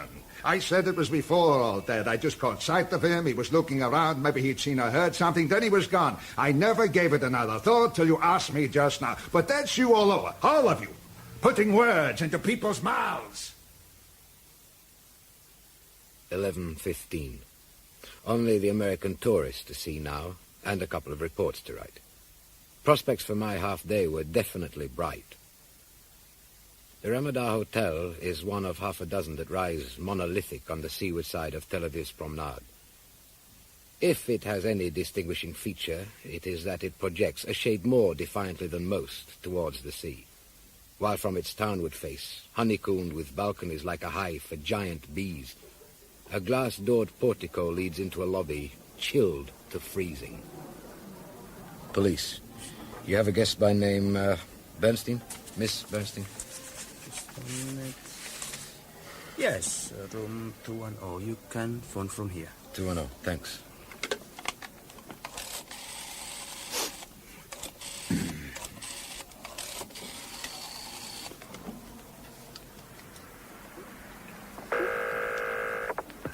Hello? Miss Bernstein? Miss Shelley Bernstein? Yes, who is this? Tel Aviv Police. You reported a theft. Oh, yes, at last. I'd given up on you. Sorry, I didn't want to call too early. I am down in the hotel lobby. Should I come down? If you don't mind, please. 2 minutes after I put the phone down, one of the elevators disgorged a small huddle of people. A nondescript man, a middle-aged couple, a grey-haired woman who could be nothing but a schoolmistress, and a remarkably pretty girl exuding a sort of vitamin-fed sparkle that could only be American. I kept my eyes on the schoolmistress. She must be Miss Bernstein. With my luck, she had to be. But no. Miss Bernstein. Ah. Are you from the police? Uh-huh. You don't look like my idea of a policeman. Would you like my identification? Not necessary. Shall we sit down? Sure. You must be from the police, or you wouldn't know about my complaint, would you? Quite. Oh, how British that sounds. Are you expected to come here and find a collection of caricatures? Huh? Waving their hands about. How very disappointing for you. My, we do have a chip on our shoulder, don't we? Sorry. What's your name? That's what I ought to be asking you. But you know it, and I can't go on calling you. No. I'm Inspector Shimoni. Inspector? Aren't you rather young for that? Oh, sorry to disappoint you again, but Inspector's the lowest form of life for a plainclothesman. Nor am I as young as I look. Now let's get down to it, shall we? Something was stolen from you, Miss Bernstein. What was it and where did it happen? It was a camera. As for where, I don't know. An expensive camera? What make? Not expensive. As a matter of fact, it was very cheap. Really? That's what makes it so odd. Anyone could have seen it wasn't worth stealing. But that wasn't why, well, at least not altogether why, I called the police. Look, I'm not making much sense, am I? No. All right, let me tell it all from the beginning. Please. I arrived here on Friday. I'm on a round trip here for 2 weeks. Uh-huh. I got on the plane at Istanbul. I took an empty window seat, and the one next to me was empty. As we were starting the descent, a young man came and sat next to me. Said he wanted to be near the front for the landing. That's not surprising. Whatever he said. I don't think it was just interest. Oh, he was interested, but he seemed kind of anxious. He was talking to me, but half his mind was on something else. So what did you talk about? He asked if this was my first trip to Israel. He said he'd like to show me around some. Show you around? So he was an Israeli then? I guess so. He didn't say. Then the plane began to dip, and he asked where I was staying. He said he'd call on Saturday night and take me out. Something about celebrating. Then he said something odd. What? He said that if he didn't show, I was to tell the police because it would be a crime to stand me up. Well, I laughed that off. And then when we landed, he helped me with my things and even tried to help me on with my coat that was terrifically hot, so I didn't let him. And that was that. Uh-huh. Was that the last you saw of him? Yeah. Well, except that I did see him crossing to the airport building. But by then there were a couple of people walking back with him, so he must have had some friends on the plane. Yeah. And the camera? The camera. It had been in my coat pocket, you see. Mm-hmm. I only noticed it was gone this morning when I was getting my things ready to go to Jerusalem. I didn't quite know what to do, really. So then I phoned the police. I see. And it was this young man who took the camera? Well, I suppose it must have been. Yeah. His name, did he tell you his name? Yes, he did. Yehoshua Caleb. Yehoshua He said to call him Josh. Yeah. So what did you really call us about, huh? To tell us about the camera or the non-appearance of your boyfriend? He was not my boyfriend. And I don't need the police to look for dates that stand me up. Oh, I didn't mean I to... don't give a good red hoot what you mean. And as for the camera, you can forget it. If that's your idea of a joke here in Israel, well, he did, then I don't care for your sense of humor any more than for your policeman. End of a beautiful friendship. Before it had even begun. Well, when you step outside the ferocious air conditioning and the shaded lobbies of these modern Tel Aviv hotels, the heat and the sunlight hit you like a blow. I just turned to where I'd left the car when I felt a hand on my shoulder, firmly steering me to where a large black car was double parked. Hey, what's this? What you do? Tommy Shimoni? Yes, who the hell are you? What do you want? You. Get in. I am a police officer. I know you're a police officer. I'm a colleague. Look. That's a forgery. I know every detective inspector on this force. You're not one of them. No, I'm from GAG. From GAG? You know about GAG, I take it? The Organization for State Intelligence Operations. That's right. We tackle all the things the others won't dirty their hands with. What proof have I that you What do you expect? A silver badge? How are you getting into that car? All Or am right, I going to all have right. to force you? Move, Yossi.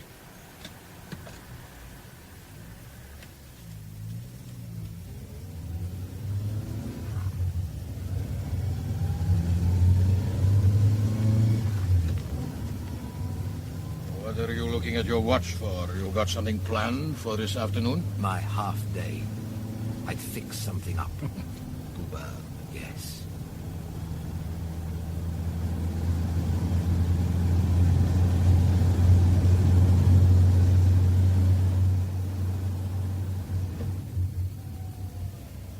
Here. Out. Right. So what's this then, huh? Custom sheds. We're at the port. Don't ask.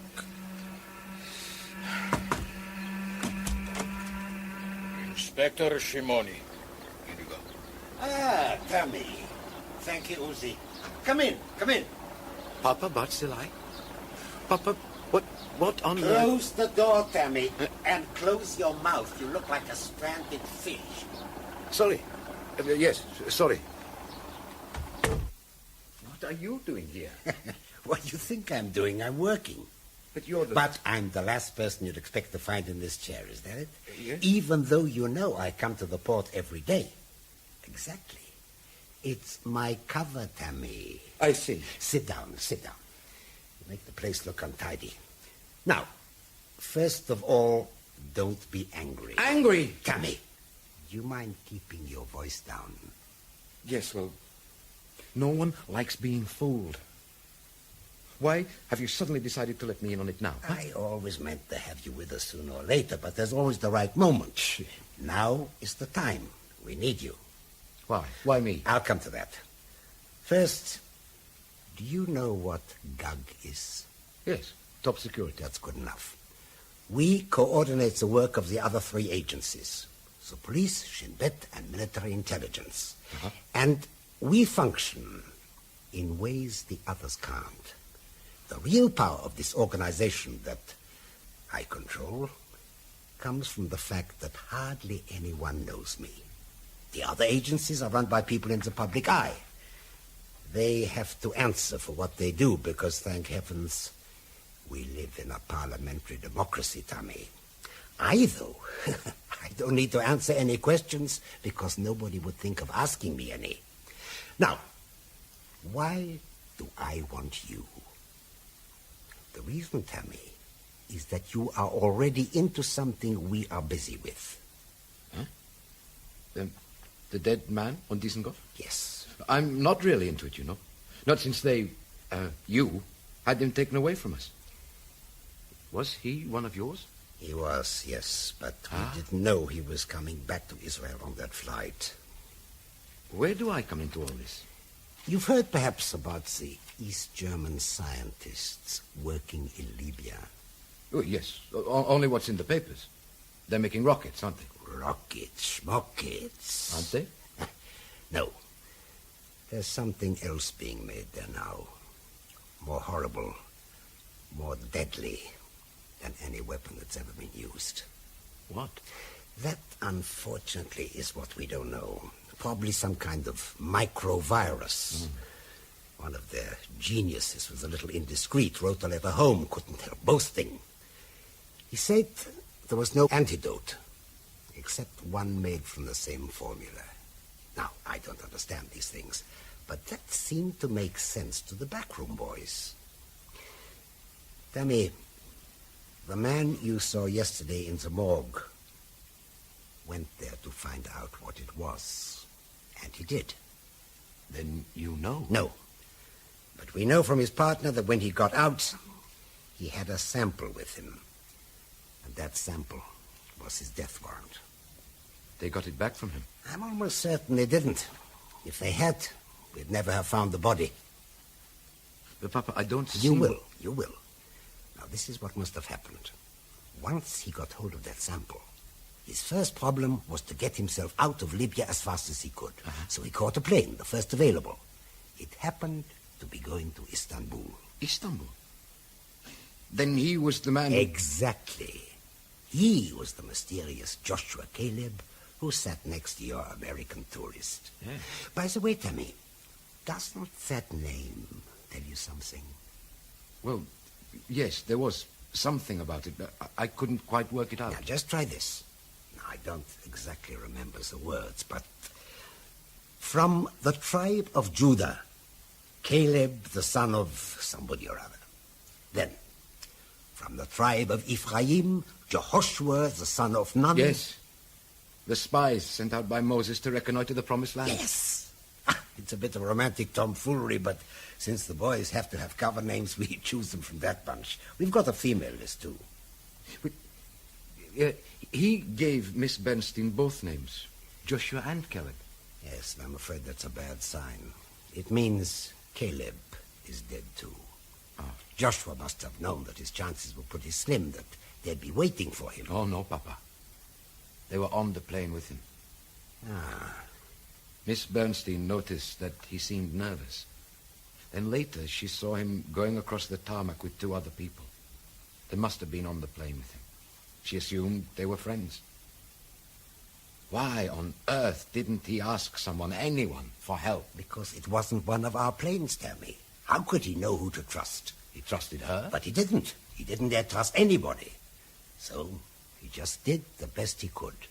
He chose an American girl traveling alone and tried to make sure that she'd have some reason to contact us. Stealing that camera was the best thing he could improvise.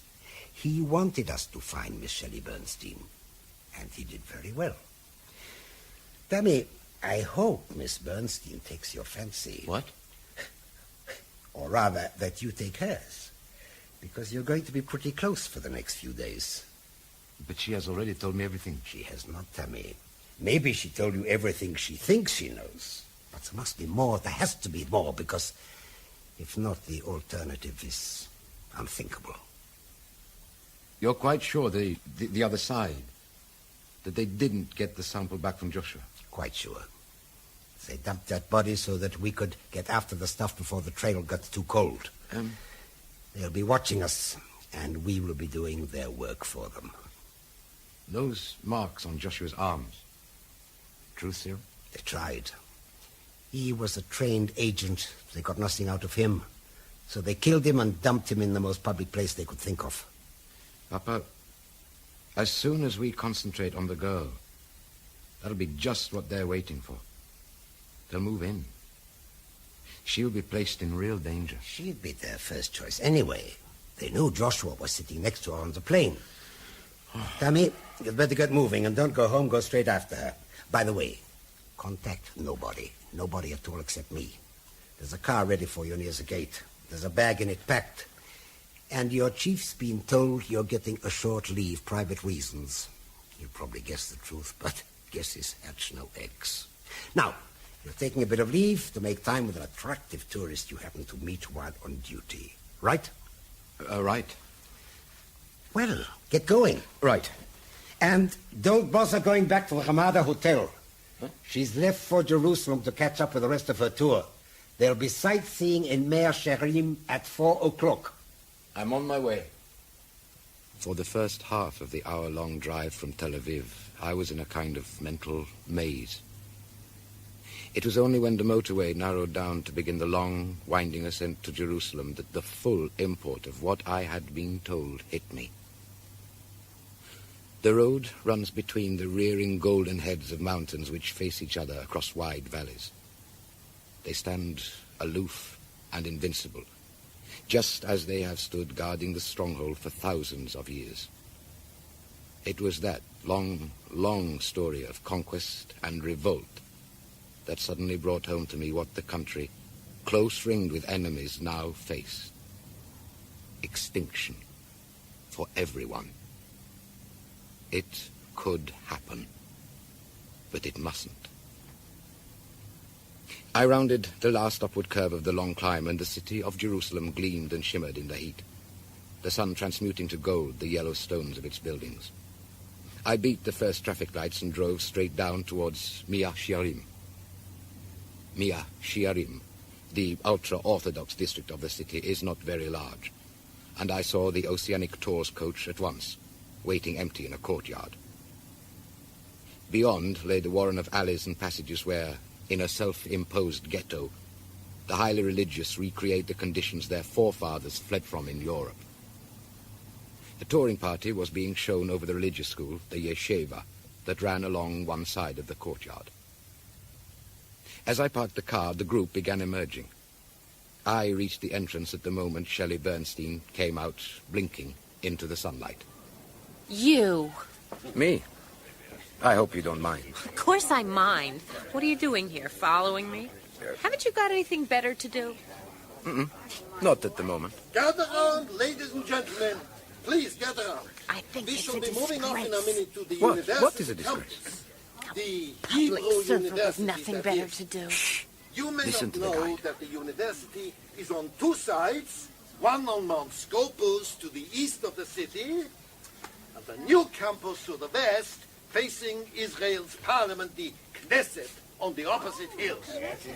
That is where we'll be going. We will drive along the Jaffa Road, past the central bus station, round to the university. Afterwards, we'll complete the circle back to the King David Hotel in good time for you to change for dinner. Pardon me, is there much walking, Max? I don't think I can take any more. Well, there is some, Mrs. Harrison, but you can stay in the coach if you prefer. Oh, yeah.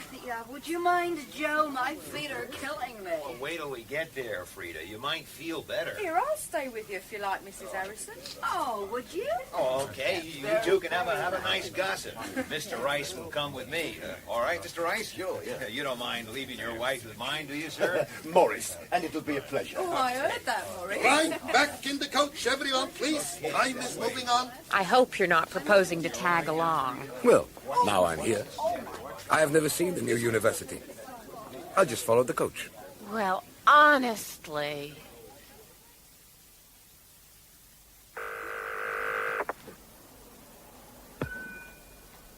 Hello? Papa, it's me, Tammy. Ah, Tammy. Mama, it's Tammy. How are you, Tammy? We got your message that you'll be away for a couple of days. Where are you? Jerusalem? Yes, Which hotel? the King David. Very nice, too. Hope you managed to enjoy yourself a bit. Hot, is it? So it is here. Just a minute. Mama says you want to be careful. It gets cold there in the evenings, so put something warm on, she says. Mama, you go back. I'll bring your lemon tea when the kettle boils. Good. Now, quickly, Tammy. What's the trouble? The trouble is, I'm getting nowhere. And I don't see how I can, unless I can tell the girl at least something. She feels persecuted, thinks I'm some sort of Lothario. And she resents it. You're slipping, Tammy. Now look, you remember that place we had an ice cream last time we went on a trip to Jerusalem? About halfway? I remember. See you there then, in about 40 minutes. That's not too difficult. Got onto him through his wife. That's what she used to call herself before they split up. He's still working the Jaffa market. The elusive Hashi, eh? Well, Sergeant Lee, did Schwartz see him last Saturday night? Didn't ask him, sir. Thought I'd best leave it to you. Get him in, then. Sir. Bring him in. Now get your hands off me.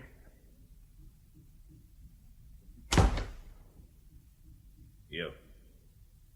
Stand there. You normally known as Hashi? That's what they call me. Doesn't mean anything. Not now, maybe. Go back a few years, though. A few? 10. 10 years and straight as a die. Oh, yes.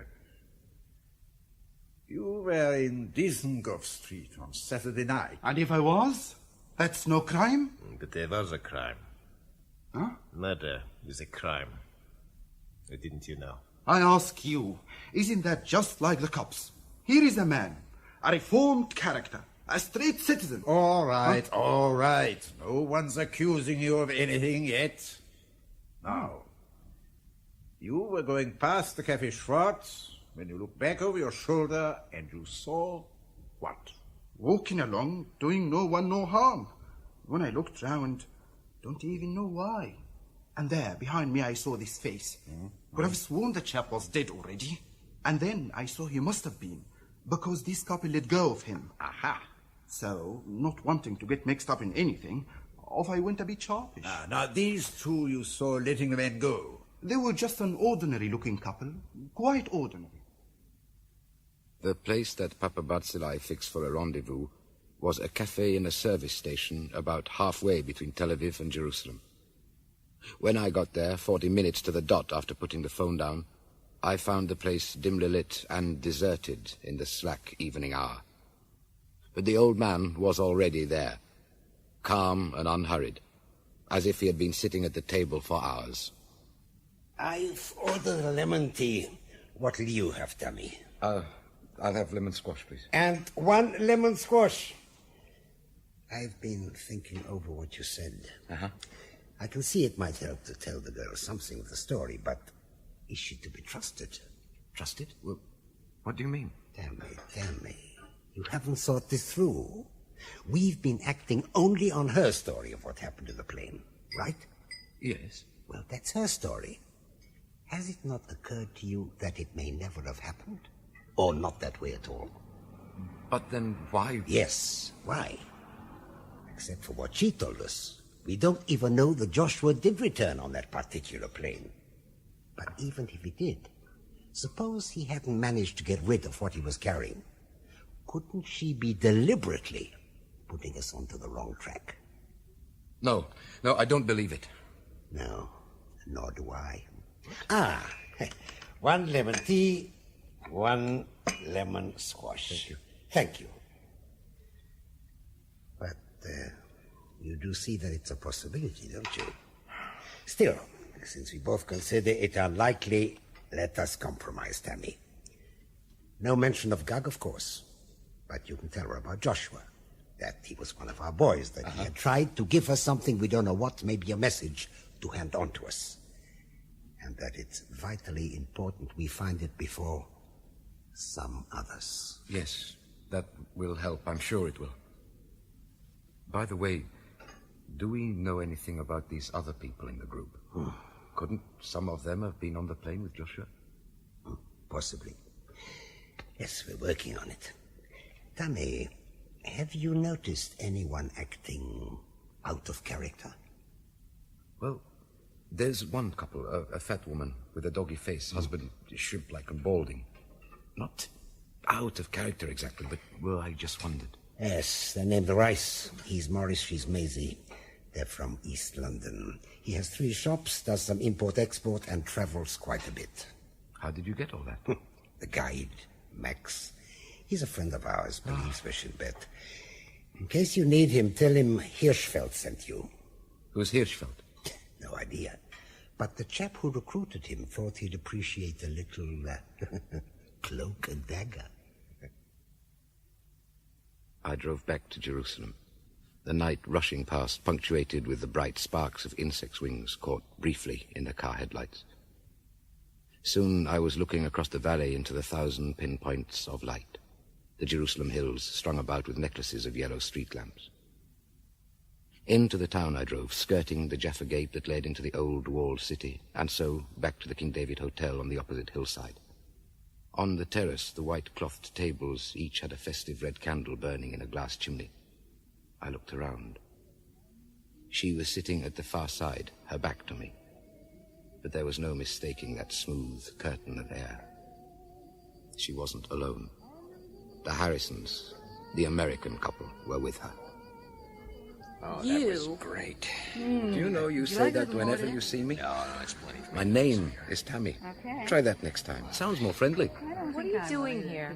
I'm staying here at the hotel, hoping to have dinner right now. May I sit with you? If you must. But we've already eaten. Joe and Frida Harrison, this is Inspector Tammy Shimoni. He's a policeman. A policeman? Nice to meet you, Inspector. How do you do? Oh, how do you do? Are you following me? I'm having a bit of a vacation. Oh. My father was a refusenik in the 1960s. He applied to emigrate to Israel. so he was thrown out of his job in the university.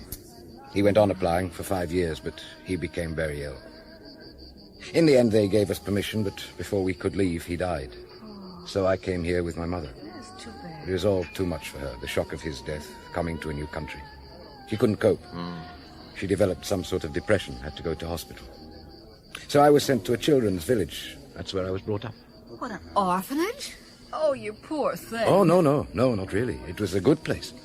We looked on the teachers as parents, sort of communal mothers and fathers. And your own mother? She died about 8 years ago. I'm sorry. But I never felt deprived. I was the youngest in the village for quite a few years, so I reckon I was spoilt more than a little. That accounts for it. Well, your American is very good. Where did you learn it? At the village. The school there is excellent. And then a couple of years ago, I was sent to England for special training. My, it must be an exciting life. Oh, it is, Mrs. Harrison. One gets involved in all sorts of exotic crimes, like camera stealing from tourists. Sarcasm. Oh, Frida, Hi, Maisie. How are the feet? Oh, they're ghastly. Like they've been cut off at the ankle. I can't feel them. It's those foot salts the hotel druggist recommended. Made them go all numb. I'm not sure if I prefer them this way or throbbing like they were before. Oh, I must get some. You know, my feet are all swollen. Well, I told you not to be so lavish with them, Frida. Now look what you've done. Now, don't let Maisie go wild with them, Morris. Do I care if she can feel her feet or not? Let me introduce you. Inspector Shimoni, Mr. and Mrs. Rice. How do you do? Nice to know you. Well, we've got a table booked over there, so we'll be seeing you. Yeah, Okay, right. bye. See you later. You know, I really think I ought to be going up to bed. I promised myself an early night. We're off very early in the morning. So you are. For Beersheba and the Negev. That's right. Yeah, funnily enough, I'm off there myself. Whatever for? To see a man about a camel. Oh. Well, I can't stop you. If you'll excuse me, I'm off to bed. Ah, there. Sleep well, dear. Thank you. I'm sure I will. Good night. I'm quite worn out. Good night. Are you going on this tour, Mr. Harrison? I guess so. We're booked for it, aren't we, honey? We sure are. I wouldn't miss it. I'm told there won't be all that walking. We'll be in the coach most of the time. Do you know who else is going? Let me see. There's Maisie and Morris Rice. Oh, yeah. I settled that with them earlier today, and oh, look over there. Huh? Those two making for the most secluded corner. See? You mean the couple gazing into each other's eyes? Sweet, aren't they? Honeymooners, I guess. You can't help looking at them, can you? They're called Gore. I saw their names on tomorrow's coach list. Oh, and those two English ladies just coming in. Oh, yeah. Hello. Hello. Listen, do you notice anything odd about them?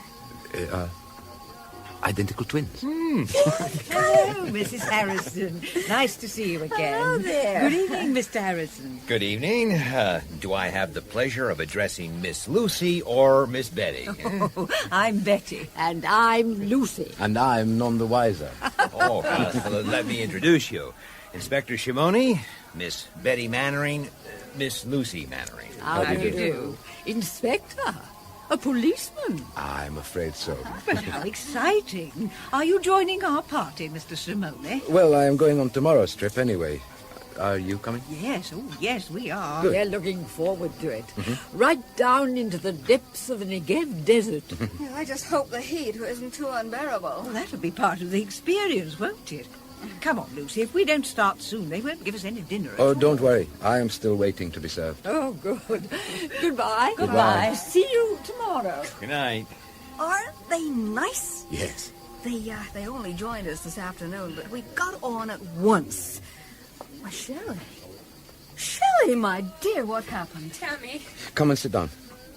You look as if you've seen a ghost. What's the matter? I don't like this. It's my room. It's been searched. What? It's as though a hurricane has swept through it. Has anything been taken? How can I tell? I haven't looked. I just saw the way it was and came straight down. I should have called the management, I suppose. No, you can tell them later. Poor dear. Come on. Do you want any help? No. Better leave it to me.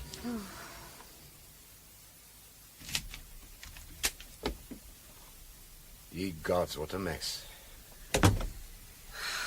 Oh, how long will it take you to find out if anything's missing? Oh, not long, I suppose. I had very little with me, fortunately. Oh, my God, my passport. Yes? Oh, there it is. Oh, and it seems like, yeah, my money's all here. I'd left most of my stuff back in the Ramada at Tel Aviv. I can't imagine what they've been looking for. I can. You know something about all this? Yes, something. And I want to tell you, but first of all, I want you to go down to the manager and make the biggest and loudest fuss you can. And then I'll collect you in the foyer in, let's say 15 minutes. What, you're not staying? No, and don't mention me. If they offer to call the police, you agree. But say you'll see them when you're back. Because I'm going to take you out and explain a lot of things. Oh, this sounds mysterious. I'm not sure I like this. Nobody does. But how in the world could the man have known I wouldn't come back and disturb him? He didn't make this mess in a hurry. Oh, that's easy. Look, What? come over here. See? Perfect view of the terrace. They could watch you from here. They could make sure you were still at the table or clear out the moment you stood up to leave. Look, there are the Harrisons. Well, they were with me all the time. Possibly. But think about the others who came by while you were down there. Or just after you'd left us. Morris and Maisie Rice? Uh-huh. And that honeymoon couple, Gore, is it? Look, still there, holding hands. Oh, and those English ladies, the twins, the Miss Mannerings. Oh, no, this is really absurd. Look, I can't go around suspecting everyone like this. I'm afraid you may have to, Miss Bernstein. May I call you Shelley? Sure, I don't care. Good. Now go and make your fuss. Well, what are you going to do? I'm going to get a sandwich. Where are we going? I thought I'd drive round to Liberty Bell Gardens. It's only a short way, and we could walk a bit there. First, I want to know what this is all about. Yes. It begins with the man you met on the plane. Joshua? I thought so. So you do know him? I do now. I didn't this morning when I came to see you. He is dead. Oh, my God, how? Stabbed to death. And his body dumped in the middle of Dizengoff on Saturday night. But why was he killed? He was a secret agent, Shelley. Huh? He'd succeeded in penetrating a top security installation in Libya that's producing some sort of weapon for use against Israel. We know too little about it, but the little we do know has put the fear of heaven into every security man in this country. Joshua had managed, God knows how, to obtain something that could help us. But he was followed onto that plane. We think he sat by you so that he could pass on, whatever it was. But he passed on nothing. He just stole my camera. We're pretty sure that that was an attempt to bring you to our attention. But now, of course, the other side also believe you have whatever it is. That's why your room was searched. We're here. Shall we get out and walk? Such a beautiful evening. It's really hard to believe in all that intrigue and violence. Yeah. Here. We get into the gardens through here. They are a gift from your country, together with a huge Liberty Bell as a sort of monument. We'll come to it if we keep walking. Keeping a park like this green in the middle of Jerusalem takes quite an effort. They had to pipe water to it. Israel is a parched country. Look, Tammy, this is all very interesting, but I want to know what is really going on here. They tear my room to pieces looking for God knows what. They think I've got it, and I haven't. Tammy, I am scared. Don't be. Listen. They'll do nothing to you. Not while they still think you can lead them to it. But they'll be keeping a close watch. And they'll use people you wouldn't suspect. That's why you must be like me. Trust no one. No one at all. Well, then how come... I mean, how can you be sure of me? I just am. Thank you. Yeah. Look, an open-air theatre, perfect setting. Oh, it's like a miniature amphitheater. Do you want to get closer to the stage? Would you like to sit further down? No. Let's stay up here in the grass. What's she singing about? Oh, unrequited love. Unrequited love? Mhm. On a night like this? Oh, it just doesn't seem fair. Shelley, I'm afraid I must ask you to go back over what happened in that plane. Oh, I told you everything this morning, honestly. But think again. Was there maybe something you noticed at the time but didn't think it worth mentioning to me? Let me think. Oh, well, did I tell you about the little interchange on the subject of my name? You mean about your Hebrew name being Siva? Yes, you did. Oh, yeah. There was a sort of sequel to that, you know. It was just as Josh was going back for his hand luggage. I didn't really understand what he meant. You go on. Don't forget, 8 o'clock tomorrow. See you, Shelley, or Sylvia, or Rachel, or whoever you are. But why did he throw in Rachel? It puzzled me at the time. Rachel. No, it means nothing to me. But I'll think about it. Come on, let's go back to the hotel. We have a full day tomorrow.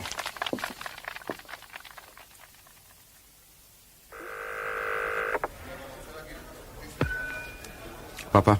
Tammy! Yes? It's Tammy, Mama. 1 minute, Tammy.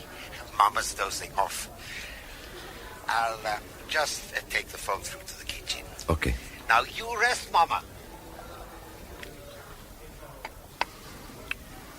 Well, any progress?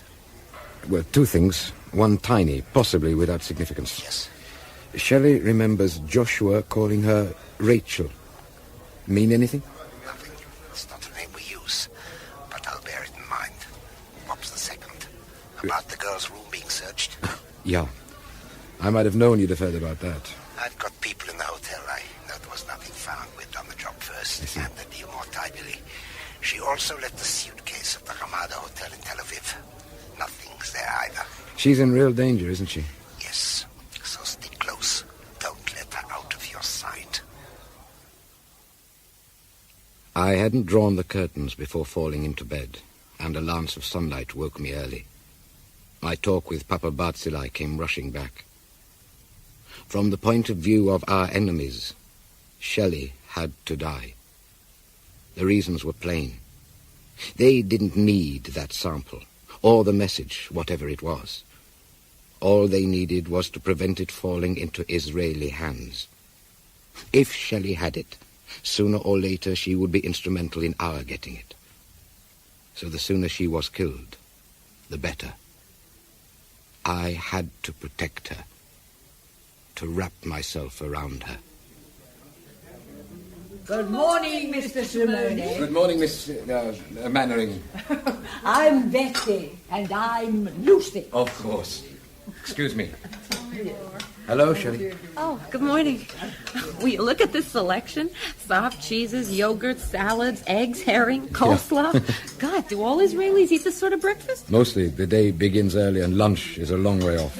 Oh, yeah. I don't suppose we'll have much during our desert trip today, huh? No. Shall we sit here? Yeah. Good morning, Shelley. Oh, good morning, Frida. Hello. Hello, Joe. Morning, everyone. Hi, Good morning. Oh, don't bother. He's not talking to anyone this morning. Someone tried to get into my room last night. What? Who was it? No idea. Tell me what happened. Well, they tried the door. It must have been the click of the handle that woke me. I'd locked it, thank heaven. You must be careful, Shelley. Do you care? Of course I care. Ladies and gentlemen, please, ladies and gentlemen. Thank you. Those of you coming on the tour of the Negev, the coach leaves in 30 minutes. It is a long day. We must start on time, eh? One thing, it's not a bad idea to bring something extra to drink. Of course, we will be carrying supplies on the coach, but the greatest problem of desert travel, especially in the summer, is dehydration. Oh, my hubby's not usually in much danger of that. Oh, very funny. The coach pulled away from the King David, and I checked up. The ones I'd expected were there, The Harrisons, the Rices, the twin English ladies, and the young Gores, their arms round each other's shoulders, giggling. I sat by Shelley at the back and watched them all. On your left, the British consulate serving this part of Jerusalem, situated in the grounds of an ecclesiastical foundation. Now, here on your right, the railway station. You know, the railway system was constructed by the British during the period of the Mandate. Today, trains run to Tel Aviv, Netanya, Haifa, and points east. So, now we turn into the Derech Hebron, the road to Hebron. Past Hebron, we will go to Beersheba, then down to the south. We reached Beersheba about noon. We stopped at the four-star hotel for a drink and to stretch our legs, and pushed on out into the unbroken expanse of the desert. Even in our air-conditioned coach, the change was manifest. We could see nothing but the undulating sandy brown billows, one on another, endlessly, with a narrow ribbon of road between them, and above, a sky of intense blue-white. We could sense the brooding heat which lay on the earth like a heavy blanket, pressing down on the sand and the stones and the rock, as though crushing out all life and movement. Now we are approaching Sde Bocher, the kibbutz, where David Ben-Gurion, one of Israel's great prime ministers, spent his last years. Isn't he buried there, Max? That is so, Miss Mannering. Oh, do let's stop and see the memorial, Max. Certainly, Miss Mannering. We'll be stopping to have a drink in any case. Anyone else want to walk through the gardens to the Ben-Gurion Memorial? Is it very far, Max? Oh, no, Mrs. Harris. I had to think of my feet. Do you really think you should have come today, honey? You'll find it no strain at all, Mrs. Harrison, and very surprising to find such beautiful gardens in the middle of the desert. And that view, oh, when you get there, it is stunning. You stand high over the desert, you see for miles. Oh, well, then Morris and I'll go as well. Speak for yourself. I'll have a beer in the cafe. I'll join you, Morris. Okay. I'll take the coach to the Kibbutz Cafe first, then I'll drive it over to the Memorial Garden. Oh, thank you very much, Max. Tell me, those two old girls, when did you first see them? Yesterday afternoon, I was in the lobby and I happened to hear them arguing with a receptionist. I didn't catch it exactly, but it was something about their not having booked or their booking not being in order. Some mix-up. Why? Oh, you don't think... I don't know what to think. What I am afraid of is that someone on this coach isn't all they seem.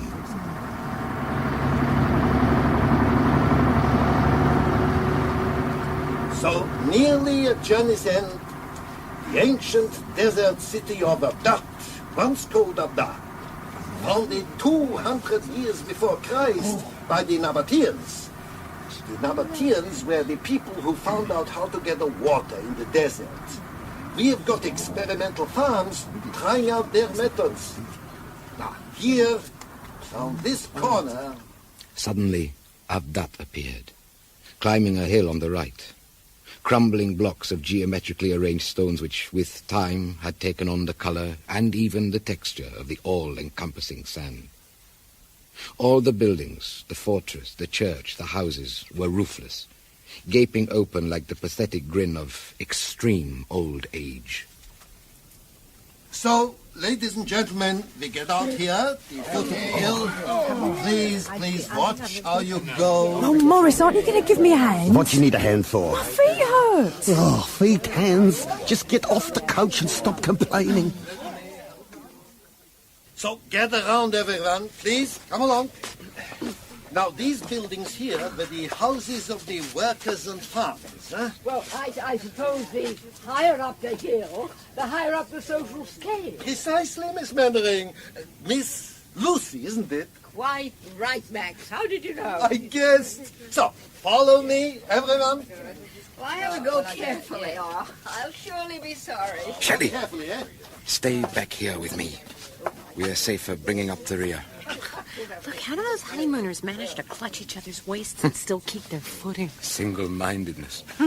The houses at this level belong to the wealthier merchants, the officers of the garrison, the priests. As you can see, they are clustered around the public buildings. Look, we are actually walking along the streets of the ancient city. These houses, Joe, they're so small. What do you expect? Split-level houses? But it's true, they're tiny. There's hardly room for a couple of people to turn around. People were smaller then. Besides, they didn't do much more than sleep in here. The life went on in the streets. Now, if you won't come up here, you can look over the wall. Oh, Come on, not so bad, not so bad. it's quite a climb, isn't it? You be careful. Oh, Betty, do come here. What a view. Didn't I tell you? I'm getting too old for this kind of thing. Oh, how beautiful. The whole desert spread out before us. Is that our bus down there? Oh, yeah, looks like a toy, isn't it? Unfortunately, we can't stay long. I would like you to see the sunset from up here, but that will make it too late. There's something eerie about this place. Yes, I know what you mean. It's not only a dead city. It's a city of the dead. You're making me shiver. Oh, no. That's because the sun is losing its strength. It'll be below those mountains in half an hour. Right, back to the coach, everyone. Oh, I wouldn't admit that. No. I must just have a peep into the houses, though. Shelley, I don't think there's time. It's all right. They'll wait for us. Come on, over here. Oh, look, the walls of this one are quite high. I suppose this was the living room. Hey, what's this? Looks like a storage jar. Wine, corn, or water, perhaps. Fascinating. To think that this is the thing some woman used, and here it still is. Some woman, a 1,000 years ago, who lived and loved. As we live and love. I'm standing in her home. I'm at her kitchen sink. And sometimes a man would come up behind her, catch her around the waist, and kiss the nape of her neck. Oh, Tammy. There's something almost magical about this place. You're right.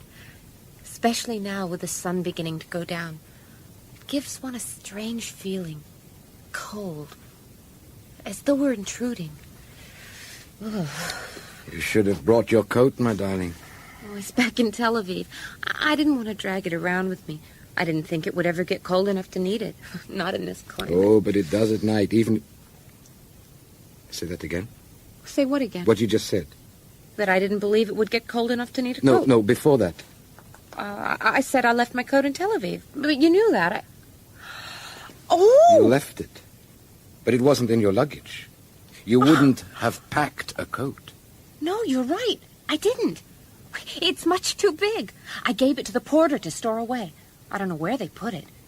Together with a suitcase, I should think. But when your luggage was searched, and it was searched, you know, by both sides, they may not have thought of looking for a separate garment. No. Look, let's get this straight. This coat of yours, has it pockets? Yeah, 2 big pockets. And Joshua handled it. He got it down from the rack for me. He could easily have slipped something in one of the pockets. He must have. It's the only way... Oh! I never knew what hit me. I came to very slowly, not understanding where I was or why I couldn't move. Bit by bit, I gathered that my hands were bound tight behind me and were also attached to whatever was holding my feet together in an unnatural, backwards bent position. Oh. You all right? No. Don't try to talk yet if you feel bad. God, I thought you were dead. You were so still. How long? Oh, not long, I suppose. Oh, it feels like years. The moon is up. It's a little new moon. Does that mean it's late? What? No. It rises and sets early. Oh. What happened? Who did it? It was that couple. That young couple. The honeymooners? The ghosts? Not as harmless as they seemed. That's for sure. That guy clobbered you on the side of the head so Don't hard. I know it? Then the girl, she looked so frail and gentle. She stood over you with a stone in her hand, and she said she'd crush your head if I didn't keep quiet while they tied us up. Anyway, then they went skipping down the path, actually holding hands again. Can you imagine? I suppose they've told Max some tale or other. That we met friends or giving us a lift, something like that. Mind you, Max should have been on his guard. Why? Was Max... Yeah, he knew enough. I can't be sure how sharp he is or how trustworthy either. No, we have got to get away. Quickly. I can't see how we can possibly beat that pair back to the Armada. We must try. My hands are just a tiny bit loose. I can move them a little. Is that your bag? Over there in the corner? Yeah, it is. You don't happen to have a pair of scissors in it? Oh, genius! Sheer genius. It wasn't easy. It took a long time, crawling together, back to back. To pick up the bag, open it, feel for the scissors, and then work persistently at the cord that had us trussed up like chickens ready for the pot. But at last, there came the sudden movement that told me my rope had parted. A minute later, I was free. We were both free, and standing in the doorway looking down at the dead city which lay silvered in the bright light of the stars and of the tiny sliver of new moon. How on earth are we going to get wherever we're going? First of all, let's get down to the road. Come on, and watch out. What do you expect to find, a taxi? No, practically nothing uses this road at night. A camel! A camel! My kingdom for a camel! Calm down, Shelley, just come. No. Shelley, you wonderful girl. What, you crazy too? What have I done to deserve that? That's it, that's exactly it. Huh? Perhaps we can get the camel. Come on, we must hurry. Oh. What is this, a shortcut? It's our best chance, just keep going. Are you sure you know where you're going? I know where I'm aiming for, yeah. I can't keep this up much longer. Yes, nearly there, keep going. Is that a lie? Just keep going. There.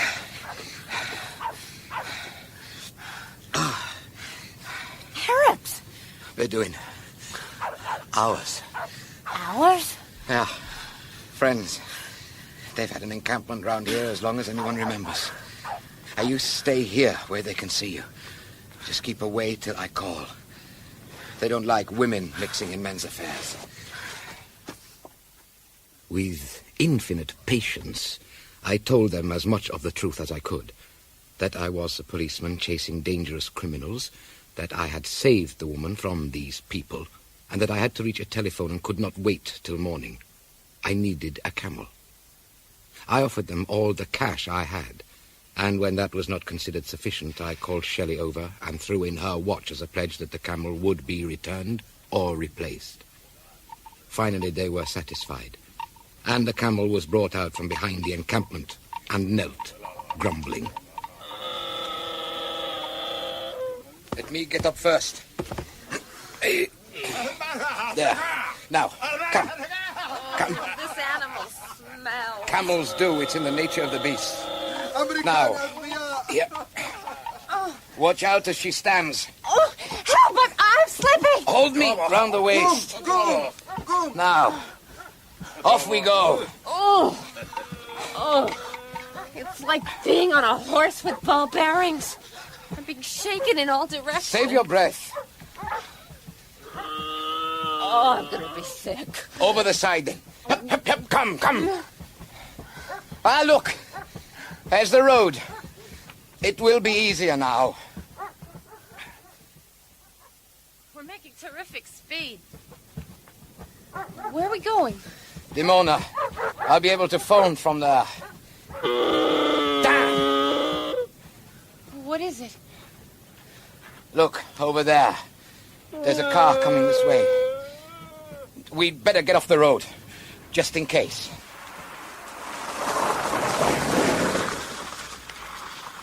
I don't believe it. Come along, you two. What are you waiting for? We haven't got all night, you know. Miss Mannering? Both of us. Now do get off that camel. Here, take my arm. You first.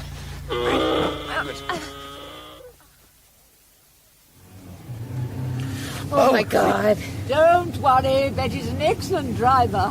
Anyway, this is no time for dawdling. But how did you guess what had happened? Quite simple, really. Pity that we had to go all the way to Beersheba in the bus, but we couldn't avoid that. Just as well you got this far, though. We'd have had no idea where to look for you in Abdad. I don't understand. You want explanations? Yes. Well, of course you've gathered that we're associates of a certain person. Were, I should say, because we're really retired, but he thought this would be just our cup of tea. I see. I ought to phone him. No need. We've done it already. He knows what happened. They can't get away with anything. Now he knows who to watch. Oh, wait a minute here. You haven't told us what happened after you left us at Avdat. Not difficult, my dear. We simply didn't believe that young pair when they came along with a message from you. You were supposed to have met some friends up in the ruins.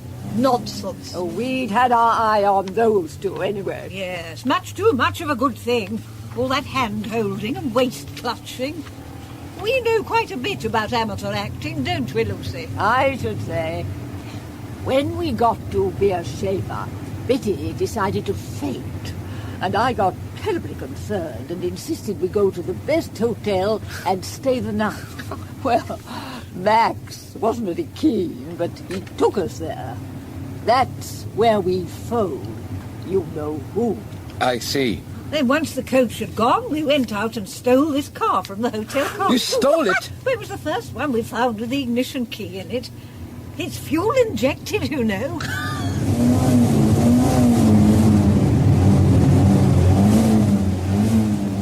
There's a problem, Shelley.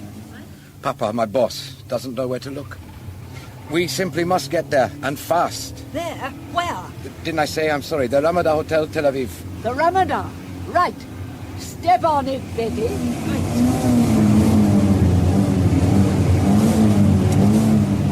Look, are those the lights of Tel Aviv? Yes. Betty, straight on, through Jaffa. It's quicker. I know. Less traffic lights. Not that I'm going to stop for any.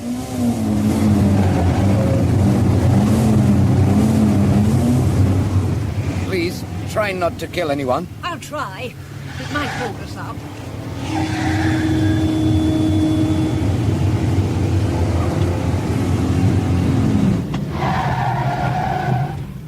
Out, Shelley. Out. All right. You. Police, where do you store the luggage? Coats, things like that. Come on, quickly. Down those stairs, service door to the right. Come on, but come on. Here it is. Can you see the coats? Over there. Yes. Oh, yes, this one's mine. Let me see. Nothing here. Bingo! Look at this. A bottle of scent? Show me. Be careful! The serpent's smile. Oh, this isn't mine. No. And it's not scent either. This is it. This is what Joshua had to get rid of. Tammy, be careful behind you. Papa! I'll take that, if you don't mind. Thank you. Now, come behind here quietly, both of you. What? I haven't got time now for long explanations. Do as he says, Shelley. Stay here while I put this bottle back. Good. Now we wait. Try to understand. Understand what? Shh.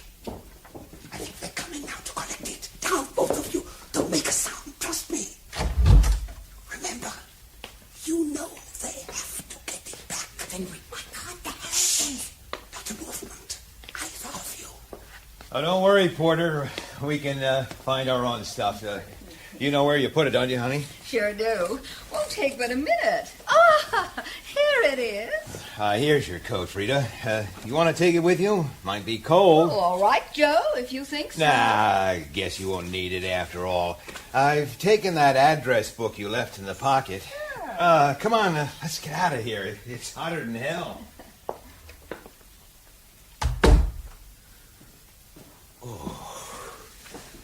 Mission completed. Well, you. And you, Tammy. What sort of a man are you to let him get away with that? And after everything we've been through? A thinking animal, that's what he is, my dear, if not a quick-thinking one. Still, we must make allowances for the knock on the head. Was it bad, Tammy? I'll get over it. Of course, you've been at that bottle of scent already. Of course. And replaced the stuff inside. What with? Replaced? We didn't replace it with anything. We couldn't, or we'd have given the game away. No, the original contents are still there, except, of course, for a minute drop, which I hope they won't miss. You've lost me again. Oh, dear, oh, dear, oh, dear. That must have been quite a knock you got. Can you see, Miss Bernstein? I'm not sure. What was that stuff? It was a very unpleasant weapon of war. Rather what the bottle said. The serpent's smile. Venom. If they get their sample back without suspecting we know about it, they'll have no reason to go on experimenting to find another variation for which we would not have the antidote.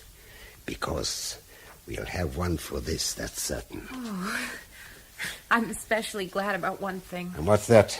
Joshua didn't give his life in vain. No, that is good. But Papa, how... Questions later. I've laid on a table upstairs for a late dinner. We're due there in 15 minutes. Save your questions till then.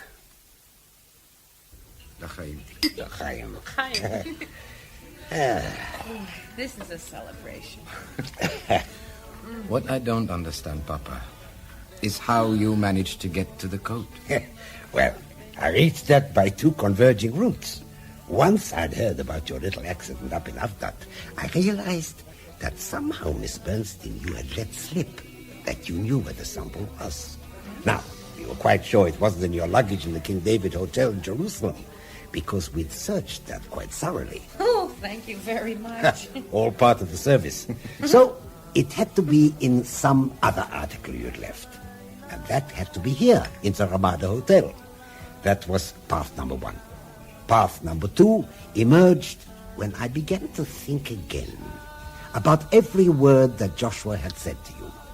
And the only inexplicable thing was that mysterious reference to Rachel. You remember? Yes. Now, it came to me suddenly. Rachel was the first female smuggler. What? As far as I know, the only smuggler mentioned in the Bible. She hid her father's goods in the saddle of her camel. Camel? Did you say camel? Do go on, Papa. Well, to cut a long story short, Max phoned a few minutes after Miss Lucy. And incidentally, he thought the English ladies were the villains of the piece. He couldn't make out what was going on. I told him to take his time returning. So he took the party back by way of the Weizmann Institute in Rehovot. They got there in the darkness. And he made a terrible fuss about some imaginary floodlighting not being switched on.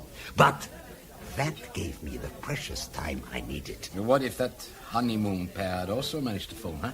Or the Harrisons? Oh, that's the saddest part. I liked them. Well, they may have phoned for all I know, but I've taken care of that. Half an hour before you arrived, all the traffic in front of the hotel was held up because some foreign dignitary was leaving. The hotel was blocked off. No one was being let in or out.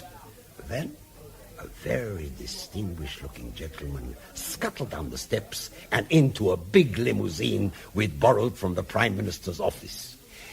You know, my friend Mr. Rubin, he can look very distinguished. By then, of course, we'd found your coat, Miss Bernstein, and the sample.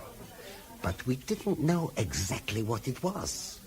There was a distinct possibility there was, what do you call those germs, microbes that, they come alive in the air. Aerobic, I think. Aerobic, yes. So there was a risk that when we opened that bottle, we'd kill a good many people. I took the chance. I stationed someone outside the door and said if I wasn't out in 5 minutes, he was to have the place sealed, the hotel evacuated, and to send for the experts. Then I went down the stairs, opened the bottle, and put a couple of drops in a spare flask. The rest, you know.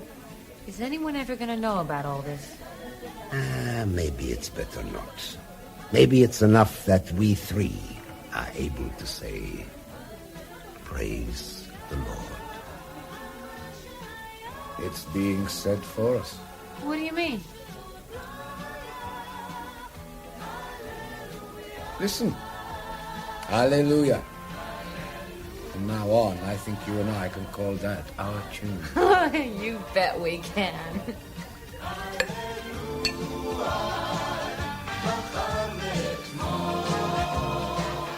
In The Serpent's Smile, dramatized by Neville Teller from the novel by Olga Heskey, Steve Hodson was Tammy Shimoni, Susan Denneker, Shelley Bernstein, and John Gabriel, Papa Barzilai. Frida and Joe Harrison were played by Gwen Cherrill and Ed Bishop, Betty and Lucy Mannering, Barbara Atkinson and Lydia Sherwood, Maisie and Morris Rice, Mia Sutiriou and David Sinclair, Max Arnold Diamond, Hashi Ali Rafai, Superintendent Cohen, David Garth, Sergeant Lieb, William Edel, Woodsey, Adrian Egan, Schwartz, Harry Taub, Dr. Livney, Cyril Shaps, Mr. Reuben, Alan Thompson, Yitzhak, Colin Starkey, the police surgeon, Bernard Brown, and Yehoshua Caleb, Peter Aker. Other parts were played by members of the cast. The director was John Cardy. The Shadow of Murder charity Blackstock, pseudonym Johnny Shawfield, had been making mistakes for a long time now. He had thought that by going to the grey moors of the Scottish Highlands in January, he could get some rest from London, tabloid reporters, and divorce courts, and he had thought that Mrs. Forbes' hotel would be the kind of refuge he needed. He was wrong on both counts. There was one thing Johnny found: he couldn't afford to be mistaken about the report that a modern-day killer was loose in the pass of Glencoe, where the shrouded shadows of ancient murder lurked, for he had reason to believe all men were murderers, and he would be the next victim. This is the BBC Home Service and the British Forces Broadcasting Service. Saturday Night Theatre.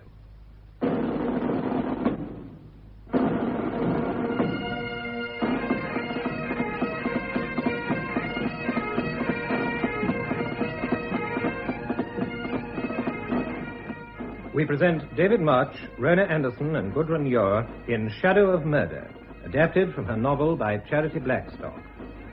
Shadow of Murder.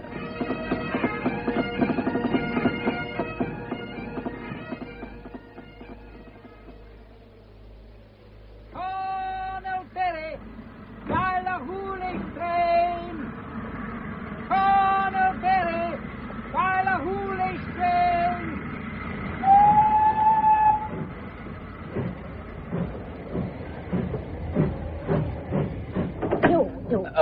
Sorry. Oh, do come in. I was just saying to my little daughter how nice it would be to have someone to talk to, wasn't I, Kate? Yes. Oh, I assure you I wouldn't dream of disturbing you. I expect there are empty cabins. There's a corner seat for you. I shall be getting off at Ballahoonish. Ah, you'll be staying at the station hotel then? No, the Pastor Glencoe and the three sisters. Oh, damn. You'll have to dry your paper out before you can read it. I see. Do you mind if I smoke? Of course not. Perhaps your daughter... Oh, no, thank you. Kate never smokes, do you, darling? Such a dangerous habit. Besides, I think it's a wee bit unfeminine. So you're staying at the Three Sisters. That means we're practically neighbours. I'm Mrs. Stewart of Etty Farm, and this is my bad little daughter, Kate. She looks such a cross-patch, but I think she's rather nice, though maybe I'm prejudiced. Oh, it's going to be marvellous having you so near. You must, of course, come to see us, Mr... Such a bleak place you've chosen for your holiday. But Mrs. Forbes is a nice little buddy, and I'm sure she'll do her best for you. There are only 2 other guests at the moment. You'll be an artist, of course. No. If you insist on knowing, I'm a writer. Oh, but how thrilling. Kate, do you hear that? Yes, ma'am. Oh, she's such a reader, you know. Are you writing about the massacre? Oh, Mummy, you should... No, I'm not writing anything. I have just divorced my wife, Mrs. Stewart. I've had, if it interests you, one hell of a time. And the reason I've chosen so bleak a place is that I don't want to see anyone or talk to anyone. Oh, you poor man. In that case, Mr... Oh, I'm afraid I didn't quite catch your name. I didn't give it you. Shawfield's the name. John Shawfield. Oh? Why, of course I remember now. You were married to Sylvia Court, the actress. It was in the papers, wasn't it? It was. Well, we'll just have to try and cheer you up, won't we, Katie? Well, you've been very quiet, darling. Oh, she never talks much, Mr. Shawfield, but I know she's as sorry for you as I am. Oh, Mummy, really? It's all right, Miss Stewart. I don't need anyone's pity. That's probably just as well, Mr. Shawfield. Now, what? I understand exactly how you feel. You see, I was divorced, too.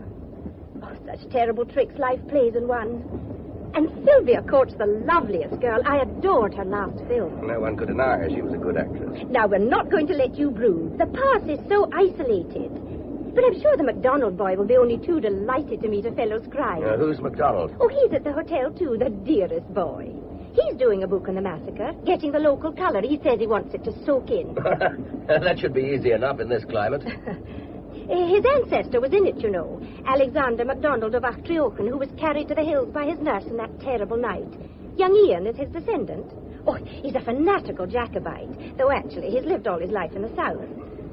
You said your name was Shawfield. I did. Oh, I should have recognized it, of course. Campbell of Shawfield. Oh, young MacDonald will have his knife into you, you know. I assure you, my name... The word Cruachan will naturally be familiar to you. Why on earth should it be? It's the Campbell battle cry. It's a word that has the bitterest significance in Glencoe.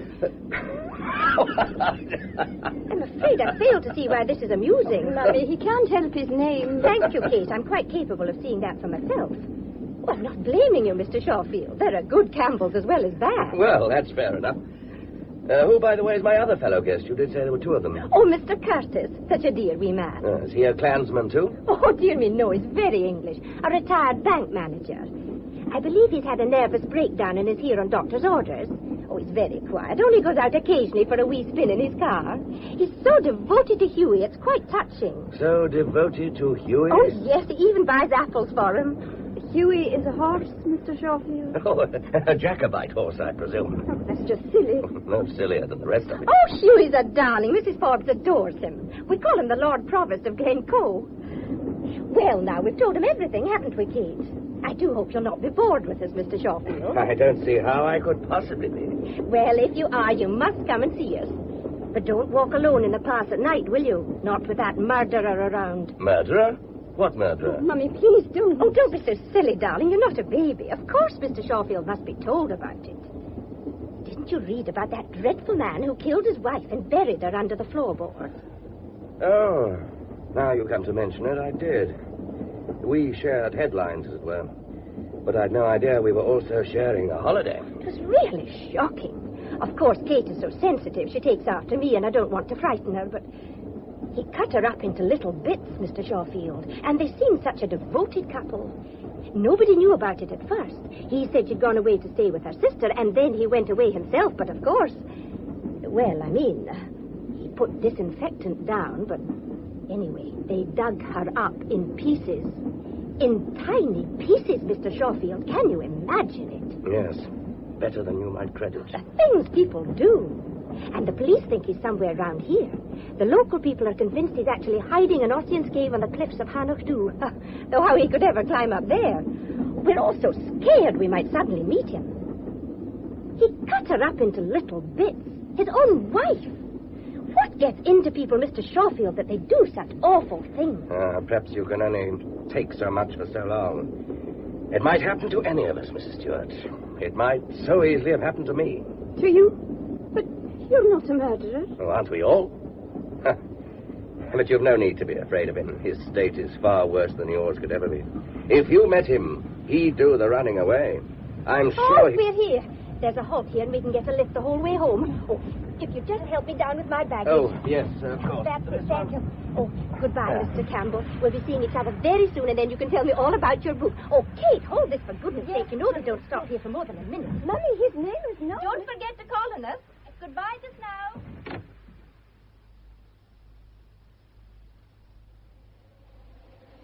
Will you be Mr. Shawfield? That's correct. The car's here for you, sir, from the Three Sisters. I'll be taking you up the path.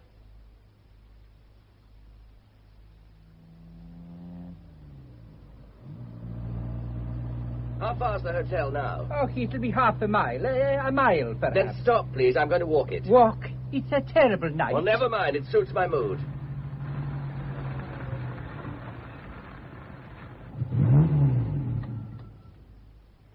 But you'd better take my case on for me. It'd be easier if I took you on as well. Mistress Forbes will think it strange if I arrive without you. Look, surely there's no law against my walking if I want to. Do you think the murderer will get me? They say he's a little man and I'm 6 foot odd. I expect he's asleep now anyway. Tucked up cozily in Ossian's cave. Poor devil. I hope he's got a hot water bottle. I don't know what Mistress Forbes will say. After all, I was supposed to fetch you, and she'll not be too pleased to think I've left you in the middle of the pass. It seems daft to me. Are you sure you'll not change your mind, sir? No, I need to stretch my legs and breathe a little honest-to-God fresh air. Tell Mrs. Forbes I won't be long. I'll be as hungry as a hunter and needing a nice stiff drink. I'll be on my way then.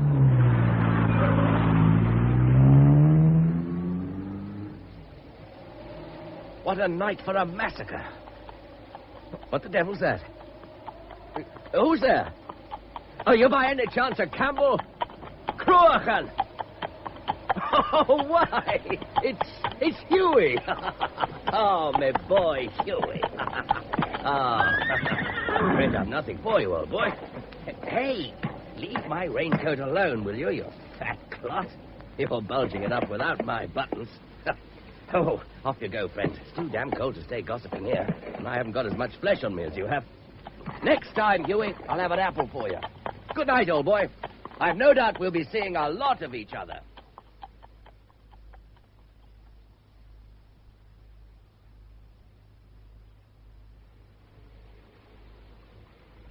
Oh, hello, Mrs. Forbes. There you are. Hope I haven't kept you waiting. It's a brute of a night.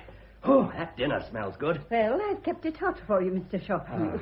Oh, this is one of your fellow guests, Mr. Curtis. How'd you do?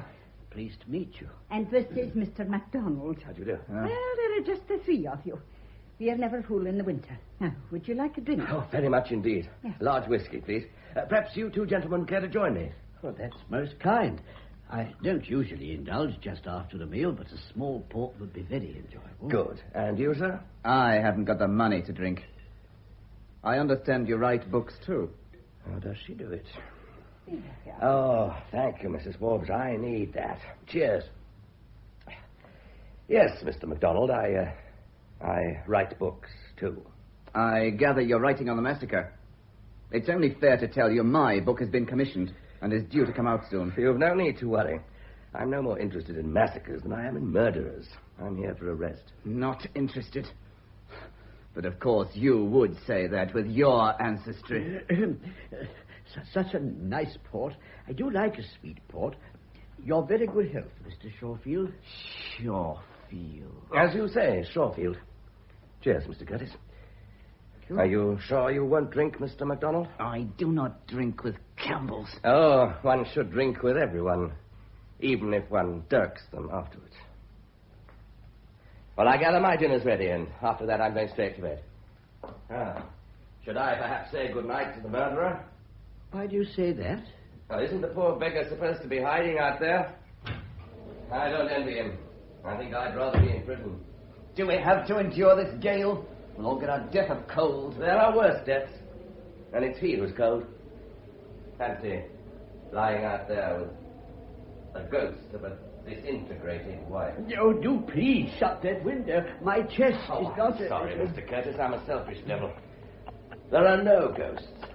Only the old mate Huey patrolling the old military roads. There. Well, I'll be off to my dinner now. Good night. I'll see you in the morning.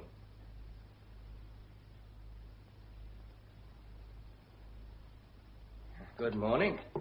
Oh, I see we're to sit at the same table. I think Mrs. Forbes felt it was a bit silly to sit at different corners of the room, as there are just three of us. May I pass you the condiments? Oh, my God! Do you have to use that word? You'll be crooking your little finger next. I fear I do not have the advantages of your education, Mr. MacDonald. I'm sorry if my way of expressing myself displeases you. I'm afraid Mr. MacDonald's education doesn't extend to his manners. Pay no attention, Mr. Curtis, and I should like the condiments very much. This angry young man's simply showing off. I'm not staying here to be insulted. Well, well. So silly to sit at different corners of the room. Or is it? Oh, dear me, dear me. I'm afraid we'll have to ask his parents to remove that boy. Have you had a lot of this? Well, he's an artist, of course. I believe all artists are a little nervy. Now, forgive me, but that's just baloney. Why do you put up with it? I endeavor not to judge my fellow men. Only I do think animals are more agreeable than humans. By the way, Mr. Shorefield. Of course. My memory. I was just going to say that you can always use my car when you need it. You need never hesitate to ask. Oh, how kind of you. I'll probably take advantage of that one day. Well, you're very welcome. I always say it'd be a sad world if we didn't help each other. Yes, I suppose it would. I gather you're a great friend of Huey's. Oh, we're the greatest friends. Such a human animal. And I fear he's a little greedy. The local farmers have to lock their guests against him at night. Unfortunately, once Mrs. Stewart, she owns the Etty farm near Dalnes. I know. A very sweet lady. She locked her gates once, only she made a mistake. She didn't lock Huey out, she locked him in. Oh. And he ate a whole sack of oats. Oh, good heavens. But it was serious, you see, because if he'd drunk water after that, he'd have burst. Oh, it wasn't funny, I assure you. Fortunately, the dear old chap couldn't find anything to drink. Well, why does Mrs. Forbes let him wander about like that? Oh, he likes his freedom. You know, Mr. Shawfield, I sometimes wonder if the soul of the MacDonald chieftain MacEairn inhabits dear Huey's body. There's certainly plenty of room. Well, when one watches him walking the pass night after night, one really gets the impression he's still brooding on the massacre. If one only knew the thoughts in his wise old head. Apples, biscuits, oats, I should imagine. Oh, no, you don't understand. Oh, I'm sorry, I didn't mean to make fun of him. Well, I think I'll take my little constitutional. I've not been very well, you know. I've not been well at all. Well, it's bitterly cold out. And I need fresh air. I don't like being cooped up. I wonder if this coffee is still hot. Oh, yes. Oh, was that Mr. Curtis going out? Yes, he's braver than I am. I'm just going to sit by your lovely fire. I see old Huey's just outside. I bet he'd come in here if you gave him half a chance. Oh, him. He'll stay there in the hopes of an apple. Mr. Curtis always feeds him, so he's come to expect it. Oh, Kate feeds him, too, when she's over. Kate Stewart, you know, from Etty's farm. Oh, but of course you met her mother on the train. I did, indeed. Oh, well, she's a bit of a talker, but the lassie's a nice wee thing. Though I do wish she wasn't so much under her mother's thumb. Mrs. Stewart was a great beauty in her day, you know, and poor Katie gets depressed because she thinks she's so plain. Oh, she's got magnificent red hair. Ah, if she'd only do it properly. She's a capable lassie, anyway. It's a pity she's not in charge of the farm. I'm afraid they'll end by being evicted. They never got the hay in at all last year, and 3 of their cattle starved to death. Mr. Curtis was very upset about it. But I mustn't stand here blithering. You'll be wanting to get on with your book. Oh, what is the subject, or shouldn't I ask? Oh, I just write novels. Oh, I do so like a good tale. I must read one of them. Oh, if you want something to read, there are some magazines and papers over there. And perhaps Mr. MacDonald would lend you something. He's a good boy, but very highly strung. He lets the massacre prey on his mind, as if it wasn't bad enough to have this terrible murderer so near us. Of course, I bolt the doors and windows every night. You better be careful you don't lock him in by mistake, like Huey and the oats. Oh, my goodness me. Don't say things like that, Mr. Shawfield. This isn't really important, but has it struck you that one of us almost certainly has met the murderer? What do you mean? Our friend outside, Huey. Aye. Well, I must get on with my work.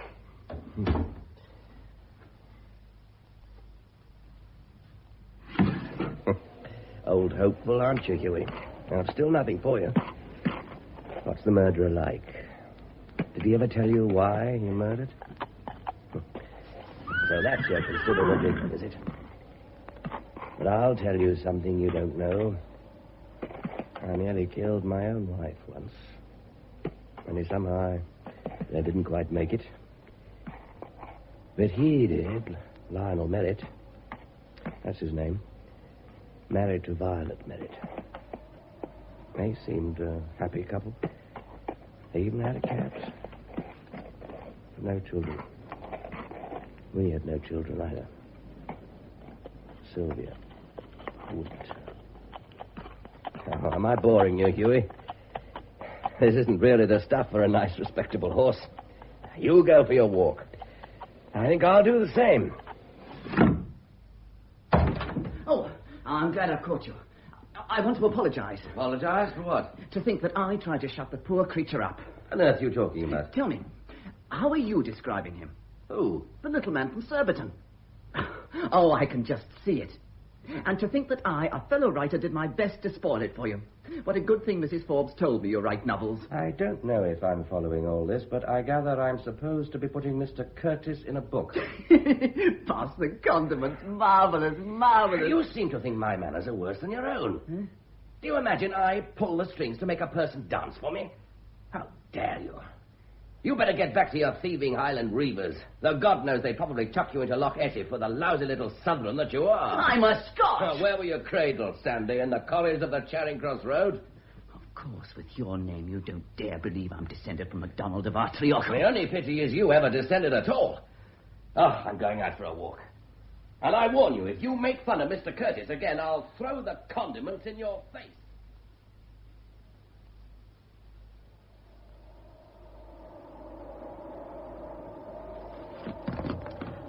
Hey, who's chucking away perfectly good apples?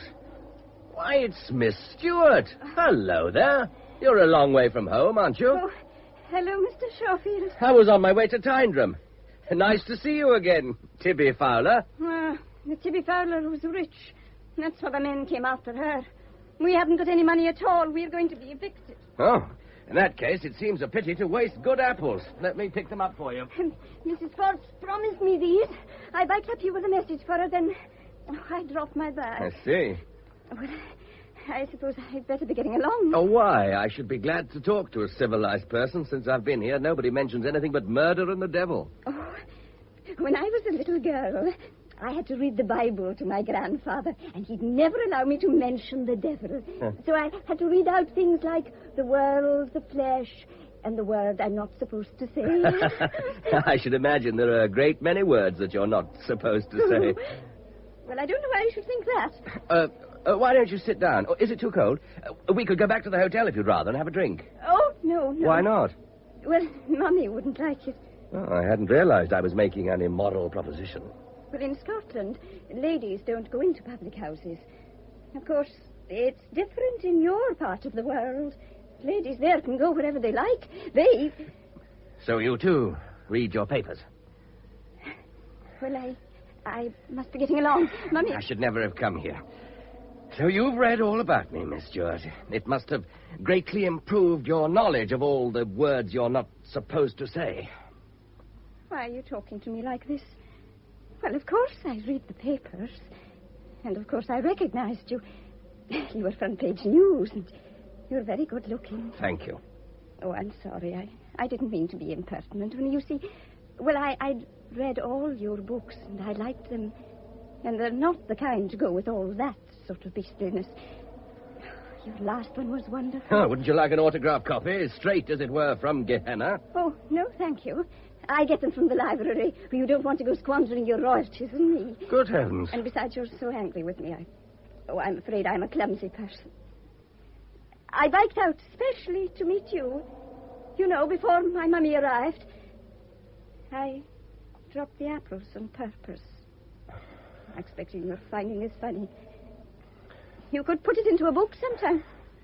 Would you, like a cigarette, Kate? No. Why not? After all, Mummy can't smell it from here. Oh, come on. Let me light it for you. I'm sorry I jumped down your throat like that. Of course you read the newspapers. And I'm an odd face and an odd name, too. It's a Campbell name. So everybody makes a point of telling me. Oh, never mind. What about our contemporary murderer? What's the latest news?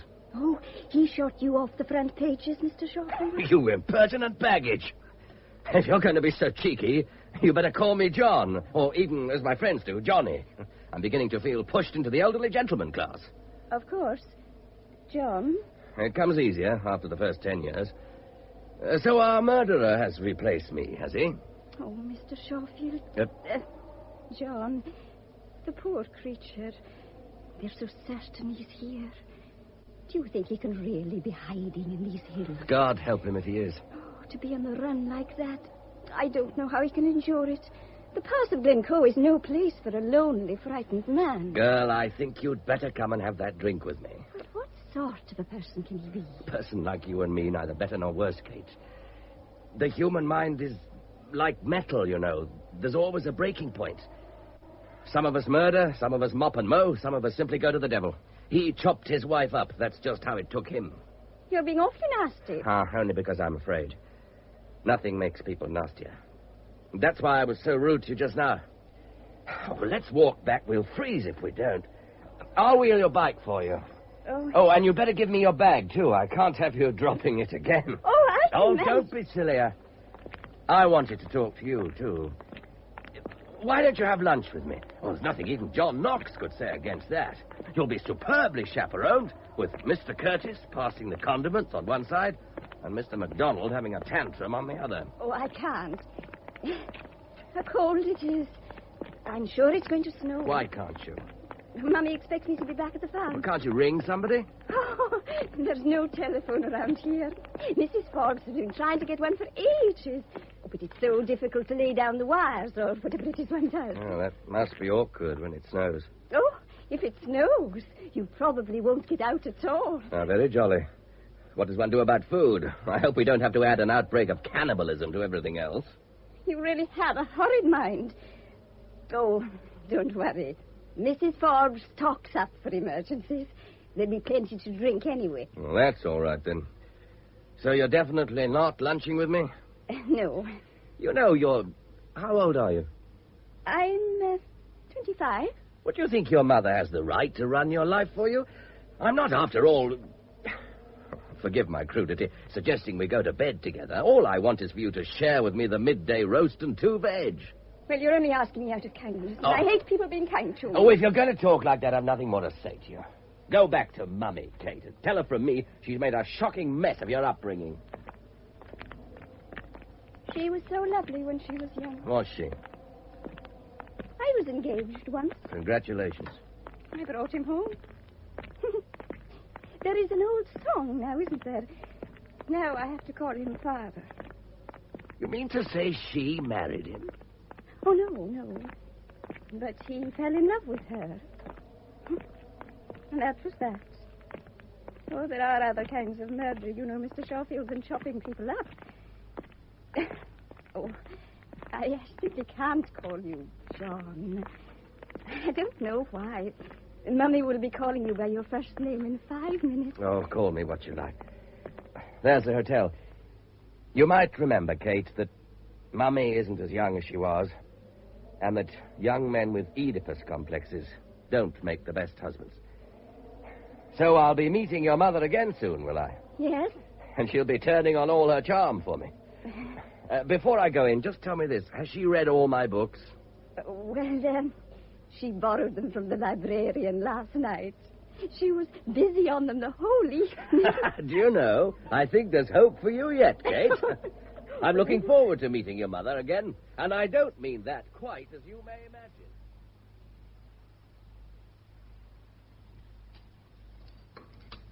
Oh, there's Mrs. Stewart asking for you, Mr. Shawfield. Oh. I did say you were all at dinner, but... Oh, I'm disturbing you, and Mr. Curtis just about to carve to you, isn't it a shame? Katie said you'd be eating, didn't you, Kate? And I just didn't listen. Now, you're just to go on eating, you poor hungry creatures, as if I wasn't here. I'll be away in a minute. I want a wee word with Mr. Shawfield. I'm sure we're all delighted to see you. We hadn't really started. Do sit down. Oh, hell, there's the pepper. Confound it. Hello, Kate. Damn. You see, Mrs. Stewart, the effect you have on us all. Hello, Kate. Hello, Mr. Shawfield. Oh, so we're back in square one, are we? I don't know what you mean. I just came to ask you to tea tomorrow afternoon, Mr. Shawfield. And I'm not asking you, Ian. You've caught a cold, you poor boy. It's the pepper. Anyway, I'm not asking you because I know what you writers are. You'll be talking shop all the time, and poor Katie and I'll not understand a word of it.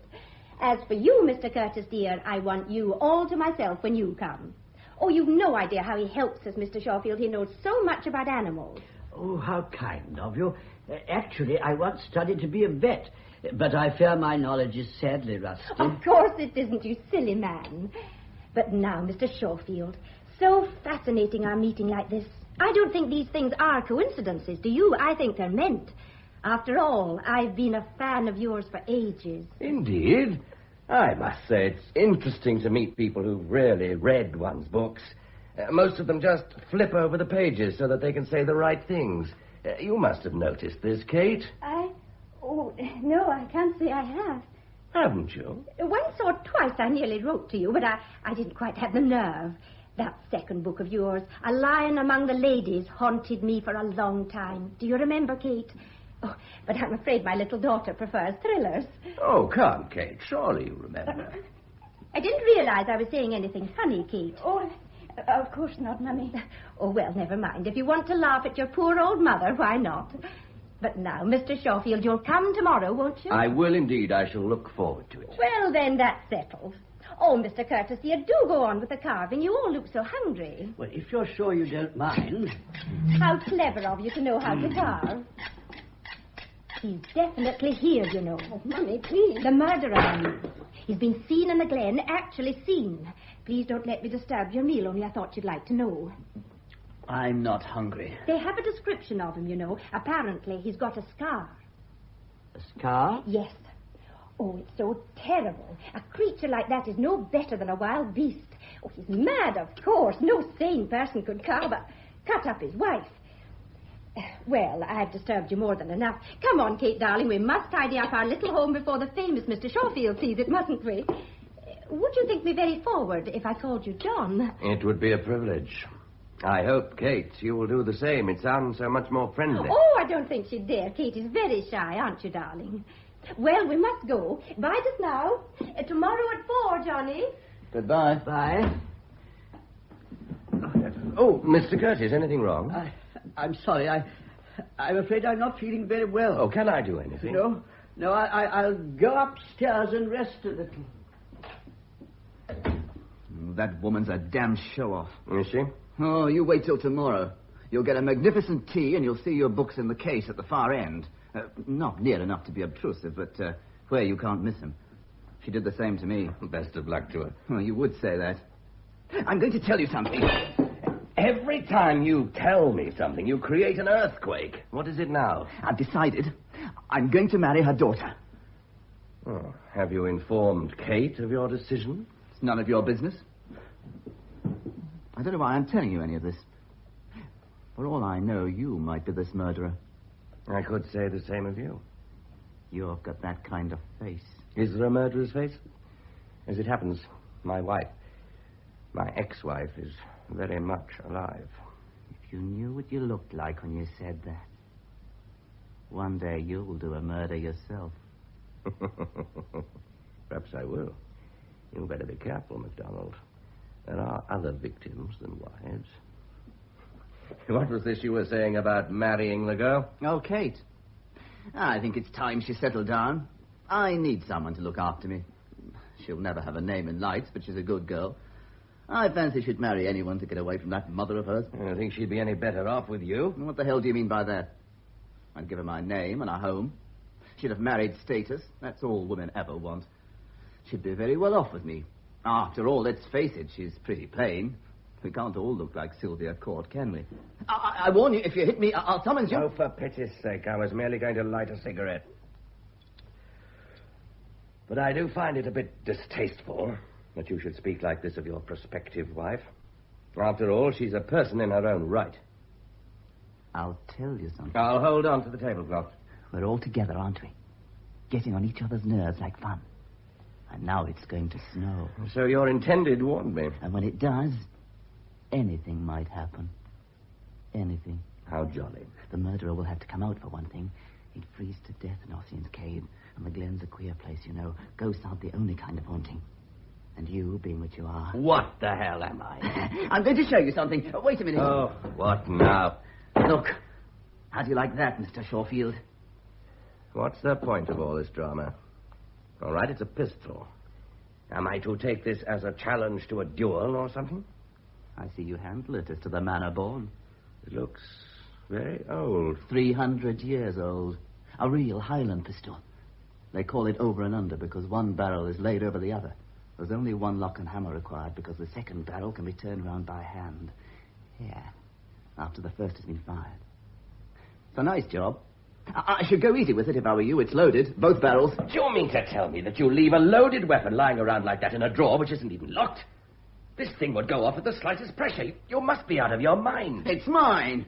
I do what I like with it. I'm not being dictated to by you. For all you write bestsellers. Oh, damn my bestsellers. Anyone would think they were a crime. Mr. Curtis, are you feeling better? What's that? Oh, it's all right. We've decided to use swords instead. This is something that has killed. It has indeed. Ask Mr. Shawfield. Oh, do please put it away. I can't bear to look at it. It's wicked. It's done murder. Put it away, you imbecile. Oh, all right. Nowadays, they laugh at killing. I fear we've lost all sense of decency. We even sacrifice animals in the name of science. I don't like having a weapon lying about the house. It puts ideas into people's heads. It's all right, sir. Don't distress yourself. MacDonald isn't going to leave it here. I am. Why shouldn't I? I tell you what we're going to do, MacDonald. We're going to take a nice walk together. I think we both need some fresh air. I don't need any fresh air. Oh, yes, you do, before it snows. We're going to leave you in peace, Mr. Curtis. You can take a nice little nap.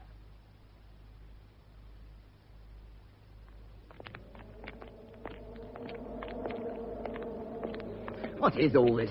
I don't want to walk with you. Well, you are walking with me. Serves you right for baiting that poor little creature. It's a pity you don't mind your own business. Okay. Oh, God, it's cold. Can't you smell the snow? Ah, that poor devil. This is no place for a murderer on the run. Tell me about the massacre, MacDonald. I'm in the mood. Wasn't it this kind of weather when it happened? Why, here's old McKeon himself to give local color. Hey, boy! Ah, it appears he's not feeling sociable. A revolting slob of an animal. He ought to be sent to the knacker's yard. Would you murder your own clansman? What about my history lesson? I'm beginning to believe you know nothing about the massacre at all. I know it by heart. So should you, Mr. Shawfield. I wonder you can face the ghosts, you murderer. There are other ghosts. There's Violet, for instance. Don't forget Violet. And you call me mad. Who the blazes is Violet? Is she somebody here? She is a little dispersed, but she's here all right. She's here. Oh, I don't know what you're talking about. But I'll tell you of ghosts. The Master of Stair. You have heard of him. He ordered the massacre. I hope the soldiers will not trouble the government with prisoners. That's what he said. He wanted them killed. Women, children, and all. A little dispersed. Her hands here, her feet there. I wonder if he sees her still on the slopes of Anachdub. It was down these slopes that they fled, naked and screaming in a blizzard. The sky was red with their cottages going up in flames. They shot the old man from behind. They stripped his wife and tore the rings from her fingers with their teeth. It was bloody murder. This was bloody murder, too. When it was all over, the Campbells played a tune on their pipes from Loch Leven shore. The Glen is mine. That's what the tune was called. The MacDonalds were dead. There was nothing left of them. There was nothing much left of Violet either. Poor Violet. It might so easily have been poor Sylvia. I nearly throttled her once. Only... well, I didn't. If I had, it would be me in Ossian's cave. Perhaps it might be even now. Well, now you know all about it. And now you know why I call you a murderer, Mr. Campbell of Shawfield. What do you say? What? Oh, my God, you look it. What an ass you are. I'm no murderer. I saw you handle that pistol. It belonged to your ancestor. He murdered mine, John MacDonald of Artrilken. When did all this take place? 1692 in the month of February. Well, it's now 1965, the month of January. And I'm going to tuck that pistol away the moment I'm back. Oh, let's stop this nonsense. Tell me about this precious book of yours. When's it coming out? I think you ought to dedicate it to me. You and your bestsellers! I don't want to talk to you anymore. I wish you'd never come. Are we all mad? My bestsellers. You couldn't even leave me that, Sylvia, could you?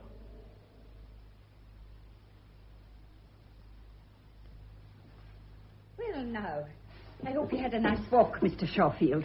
Oh, are you looking for something in that drawer? There's nothing there. It's empty. Yes, it's empty. Oh, is anything wrong? You look quite strange. No, nothing's wrong. Well, you must give me some idea of my route. Tomorrow I go to Etive Farm.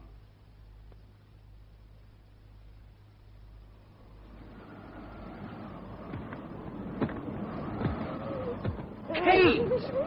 What on earth are you doing here in the middle of the road? And what's all this furniture? Or do you have to move house in the snow? Oh, my dear girl, what has happened? We've been evicted. Oh, It's all Mummy's fault. Oh, what am I to do? What am I to do? I don't know what the hell this is all about, but I do know it's pretty well a blizzard and cold as charity. You can't stay here. You'll freeze to death. You're coming straight back to the hotel with me so that you can get those sopping clothes off. And I shall give you a large brandy, whether you like it or not. You can pretend it's medicinal. Come along at once. Yes, but these things have been ruined. Oh. My piano. A piano in the parts of Glencoe. Does it still play?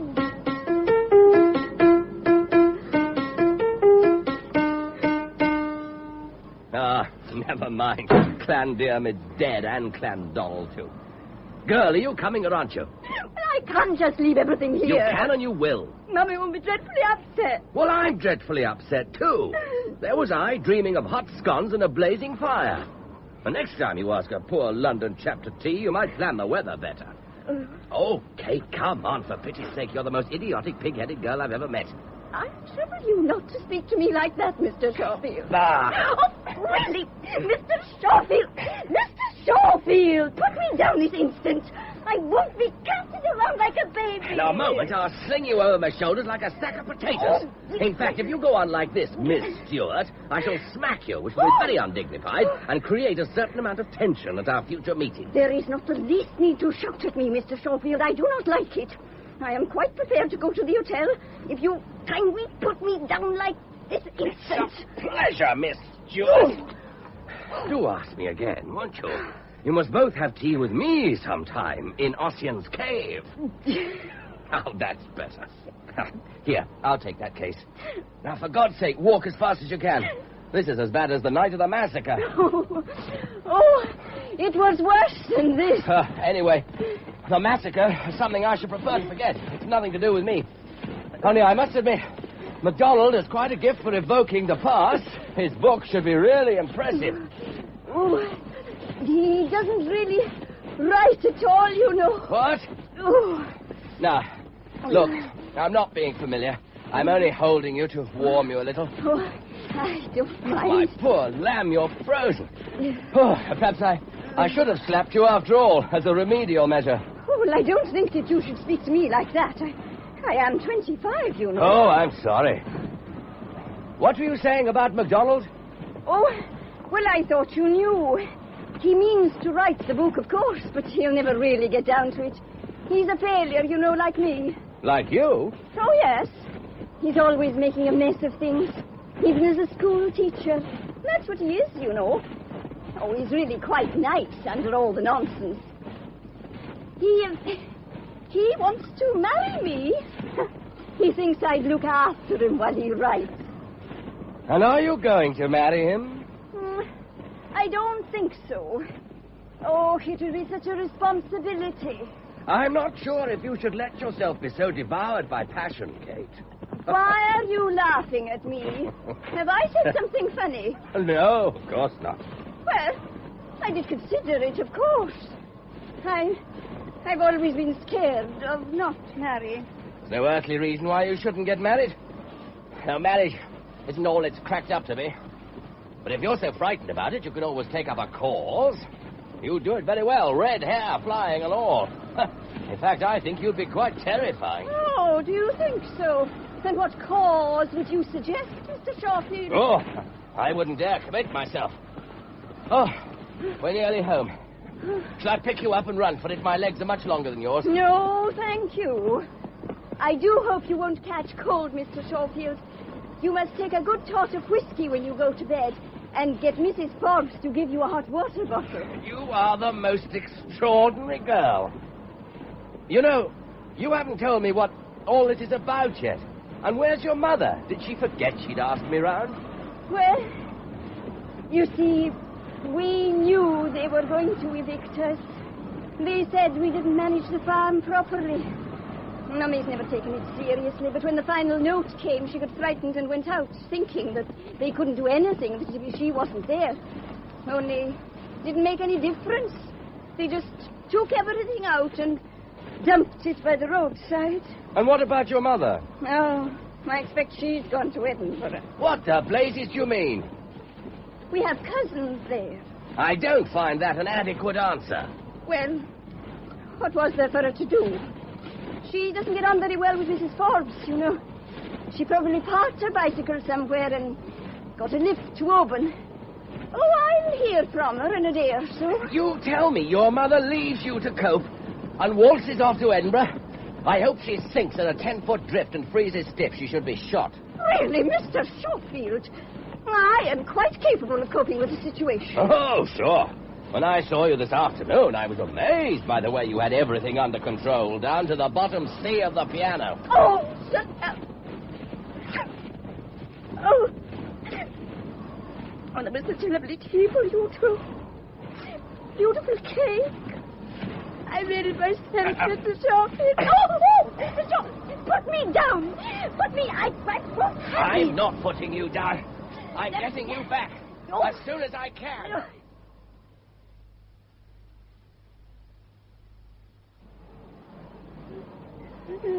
Look, we're home. Stop crying, my darling, silly girl.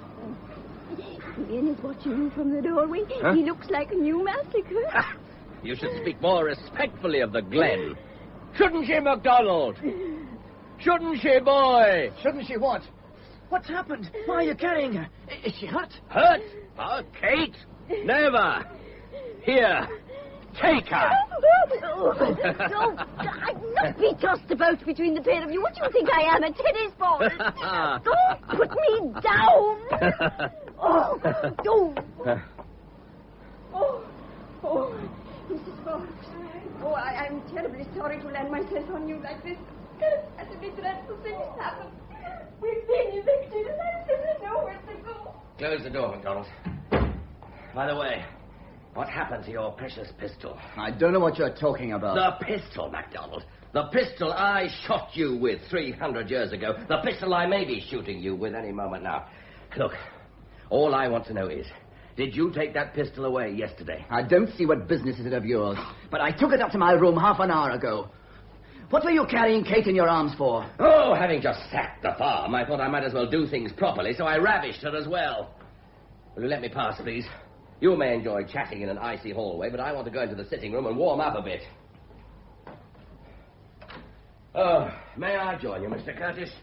Mrs. Forbes says we won't be able to get out at all. Oh, you don't think the snow's as bad as that, do you? Gosh, I'm cold. Oh, bless Mrs. Forbes for this glorious fire. What? Oh, I don't know. It's really coming down to vengeance now. But I must get out tomorrow. I simply can't stay in all day. It's bad for me. I've not been well, you know. The doctor said it was essential I should have fresh air. Oh, Lord knows it's fresh enough. My dear chap, I don't like being cooped up any more than you do. In any case, I want to get down to Ballachulish tomorrow, see about Kate's belongings. She's been evicted into the snow, you know. And frankly, I don't think any of us will get out if it goes on like this. But I must... Mind you, I do understand how you feel. We're not exactly a coordinated group. If you feel you simply can't stand us, why don't you stay in your room? I'm sure Mrs. Forbes wouldn't mind. I know what the need for privacy is, God knows. Do you? Oh, yes, I had a wife once, you know. And wouldn't she leave you alone? Not for a minute. Not even to write. I don't know why I'm telling you all this. You stay in your room, Mr. Curtis. Walls are good 18th century workmanship. You won't hear us brawling downstairs. It might thaw tomorrow. It might. I must get out. You don't understand. I must. That pistol. Oh, now, don't worry about that. MacDonald's taken it away. And high time, too. Well, I'm going to get myself a drink. I think I've earned it. Would you like something? Oh, no, thank you. It's very kind of you, but alcohol doesn't suit my constitution. Suits mine. Here now. Oh, thank you, Mrs. Forbes. I needed that. How's our Kate? She's all right. She's had a hot bath and a good drop of brandy. I lent her my dressing gown and put her by my sitting room fire. Oh. Fancy Mrs. Stewart leaving the poor lassie in the snow and going to Edinburgh. Yeah. I could wring that woman's neck. Things were different before Mr. Stewart left her. Oh, of course. Her husband. Aye, he couldn't take it. He's married someone else now. The poor lassie's never been the same since. Not that Mrs. Stewart would care. She always used her as a kind of serpent and keeps on telling her how plain she is. If she was lying dead in the snow this very minute, I'd not care. Perhaps she is. Now, you'll have a refill. Oh, Mrs. Forbes, you're making a lush out of me. Oh, no. Well, why not? It's one hell of a night. Mr. Shawfield. Cheers. I was thinking maybe you'd go up and have a word with Kate. I know she'd like to see you. She wants to thank you. There was nothing to thank me for. Of course I'll go. Oh. And you won't mind the dressing gown? I think I could survive it.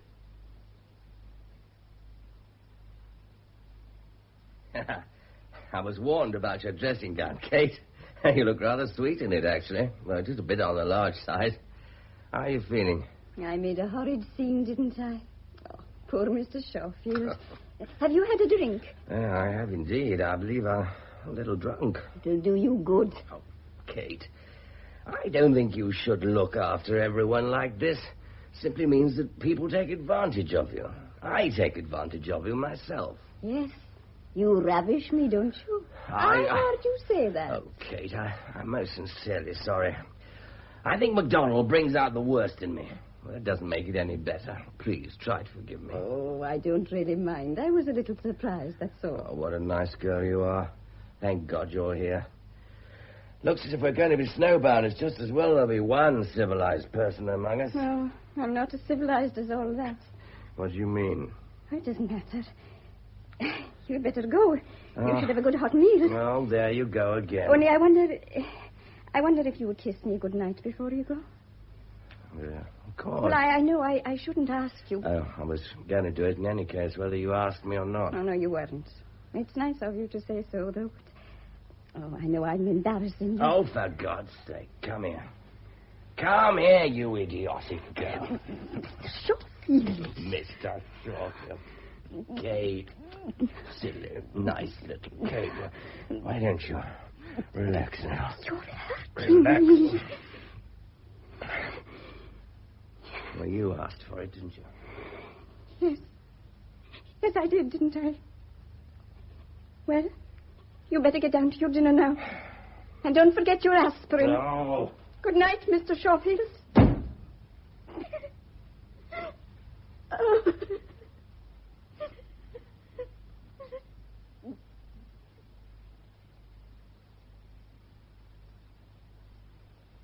Well, you'll not be going far this morning, gentlemen. There are 6-foot drifts outside. Huey's just sunken one up to his ears, the daft creature. Well, I do hope it clears by tomorrow, because if it does, there's a little treat for you. Oh, and what's that, Mrs. Forbes? Oh, there's the cinema at Kinlochleven. It comes round to all the villages once a fortnight. Oh, perhaps you could drive them down, Mr. Curtis. Oh, I fear I'm not one for the films. Oh. But, of course, my car is entirely at the disposal of anyone who wants to go. Ah, well, then, Mr. Shawfield and Mr. MacDonald can take Miss Stewart down. Oh, Kate, we were just talking about you. I was saying you must all go to the cinema tomorrow. Good morning. Well, yes, I should like that. No, I've no time for such things. I have my book to get on with. Besides, I don't want to be intruding. Oh? And what makes you say that, Ian? Yes, what makes you say that, Ian? It's a very interesting remark. We should all be delighted to hear your explanation. It's falling very heavily. It's really quite blinding. One can only hope, can't one? Well, just clear away the breakfast things. I'll help you, Mrs. No, Fox. no, dear. No, you just rest a while. Well, one can only hope, can't one? I wouldn't want to spoil your fun. It's a case of two's company, no doubt. I don't like playing gooseberry. Perhaps you would care to enlarge on these odd statements. I really believe it's not quite so heavy. I know your kind. I've read the newspapers, too. I know all about you and your precious wife. And now you honour us with your presence, the dashing Mr. Shawfield. And naturally you make a pass at any girl you see. Your sword would seduce your own grandmother given half an opportunity. Right. Please, Mr. Shawfield. I'll deal with this. Now, what is the matter with you, Ian?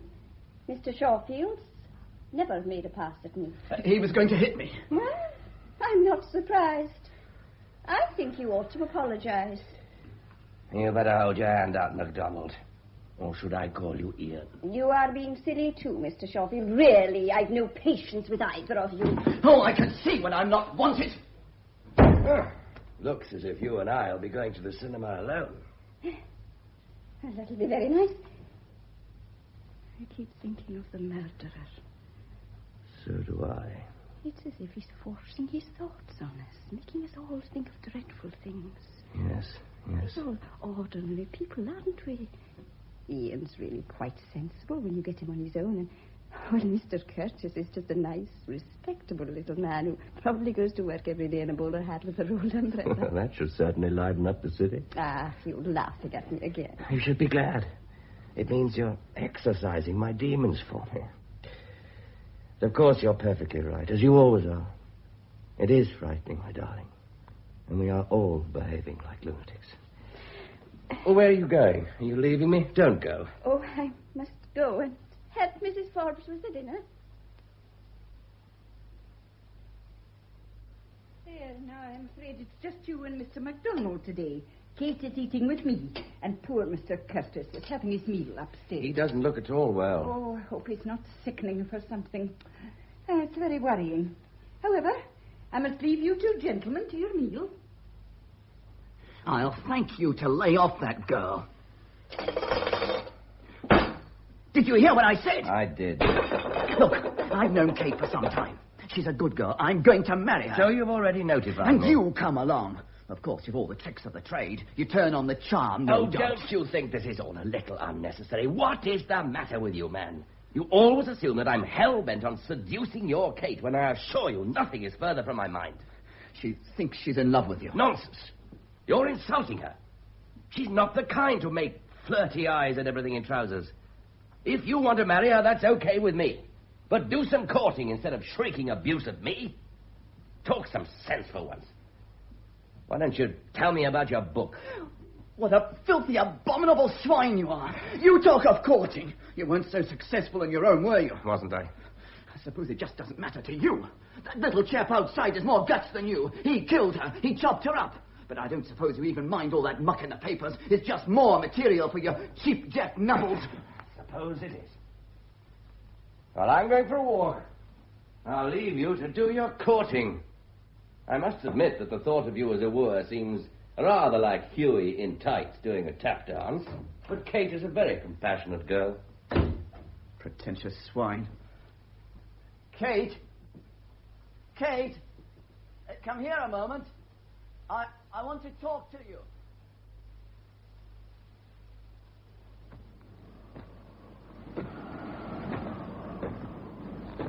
I thought you were up in your room, Mr. Curtis. I really don't think you ought to be out in this weather. I know it's stopped snowing, but it's bitterly cold. Yes, I'm well wrapped up. Are you looking for something, sir? Why should I be? Oh, I'm sorry. I thought you were ferreting around with your stick. But of course, it's a damn silly question. You couldn't find a house in all this snow. I'm just taking a little constitutional. Hardly the weather for it. I wonder if they've caught the murderer yet. Well, of course not. Of course? With half the Shire looking for him? Actually, I've developed a theory about him. And what is that? I don't think he's shut out at all. I think he's shut in. And the best of luck to him, poor devil. Oh, was that Huey over there? No. You looked over your shoulder. I saw him wandering about a few minutes ago. I wish you wouldn't keep on asking me questions. I beg your pardon. I didn't mean to... Well, it's really very irritating. It worries me. I don't like silly questions. I do hope it's a nice, jolly film tomorrow. I'm sure Miss Stewart will enjoy it. She's such a charming lady, I always think. Yes, she is, isn't she? She's kind. It's a quality one doesn't often meet in the modern generation. I've often watched her with Huey. I always feel the way people behave with animals is very revealing. I can't abide cruelty to animals. Shouldn't you come in now, sir? I'm sure Mrs. Forbes has a good fire waiting for us. Do stop bothering me. I like the fresh air, I tell you. All right, all right. I don't. Not when it's as fresh as this. I'm going back to the lounge.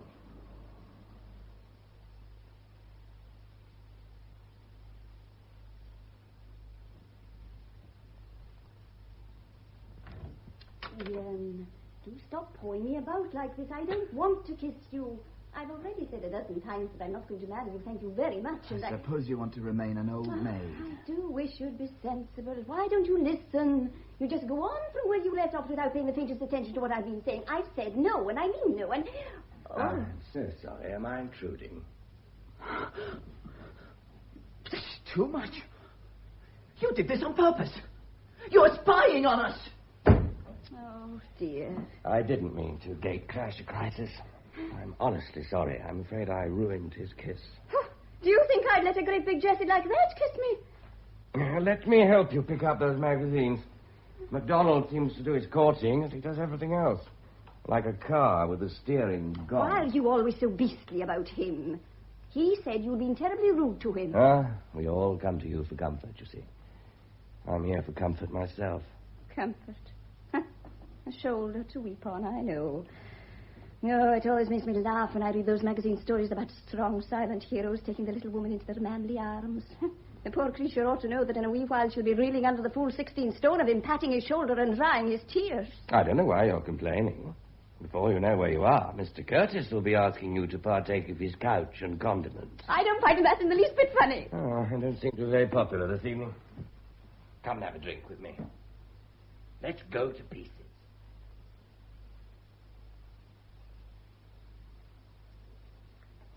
Well, Tippy, see you drink your whiskey like a good Scots girl. After all, Mr. Shawfield, I am precisely that. I want to talk to you. And I should like to listen. Shoulder to weep on. Though I don't weigh 16 stone. I want to kiss you. No. Why not? Just no. Tell me about it instead. Oh, I suspect you're well used to people telling you things. Oh, I always give vexes. Did you hear anything last night? What do you mean? Like someone crying. Oh, I sleep very heavily. He's still in the papers, but they don't think he's hiding out now. They think he's in a hotel. Someone saw him at Ballachulish. It's that scar, you know. It's on his wrist. They think it may be where the knife slipped. They never found the weapon, you know. London has a deep and wide river, Mrs. Forbes. Oh, well, it's nothing to do with us, is it? Oh, I hear Mr. Curtis is lending you his car. Mm. Oh, what a blessing it is it's towing. You'll need to start about 6 tonight.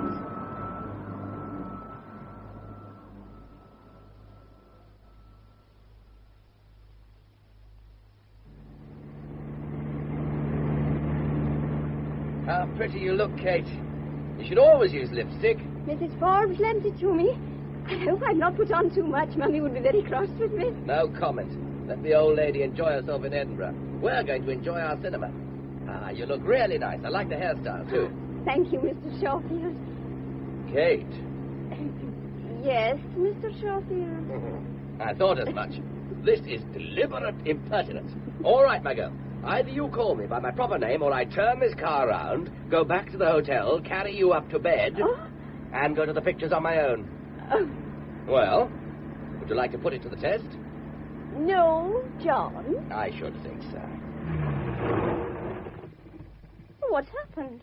I just want to celebrate this unprecedented occasion. John, please. Okay. And you're not being fair. Now, why must you spoil a nice evening? For pity's sake, I was only going to give you a nice, friendly kiss. Kate. Oh! Damn! Oh, now, what is it? Oh, you've hurt yourself. Your wrist's bleeding. What the hell does he keep down the car seat?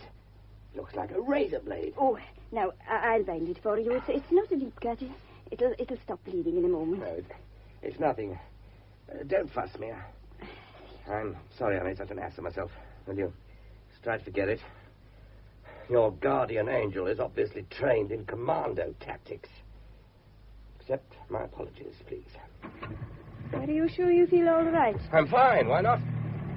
After all, I now share the same distinguishing mark as the murderer. Well, where do we go from here? I don't know the way to Kinloch, do you? Straight on, and then to the right.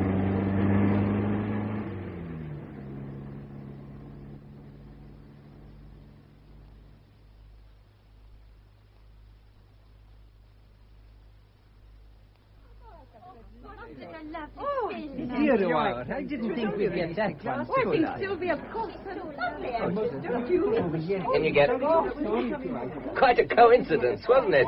But it should have been one of Sylvia's films. Did you enjoy it, darling? It was very nice. Should we drive somewhere and get a drink? No, thank you. You sure? Yes, thank you. Oh, all right, then I'll drive you home. What did you think of my wife? Oh, she's very lovely. It's all rather amusing, actually. Well, it is funny, don't you think so? Oh, for God's sake, I must say you're not the most enlivening of companions. You better have the radio on. Perhaps it'll wake you up a bit. What the hell do you think you're doing? Did Mummy never tell you not to grab at a driver's arm, especially on a slippery mountain road? You might have killed the pair of us. Johnny, I know you hated her. I know she's hurt you dreadfully, but leave her be now. She doesn't matter. She can't touch you anymore. She'll get what she deserves in the end. She will indeed. Oh, please, Johnny, listen. Please, you must listen. It was wicked that it should be that film, and I wish I'd known, but does it really matter so much to you? That part of your life is over and done with. You need never see her again. I have to see her again. No, please. Let her go to the devil any way she pleases. I'm surprised at you, Kate. What would your grandfather say? Oh, are you going to ruin your life for her? You fool. Can't you see that is what she wants you to do? What do you mean by that, Kate? I should like an answer. We're not moving till I get one.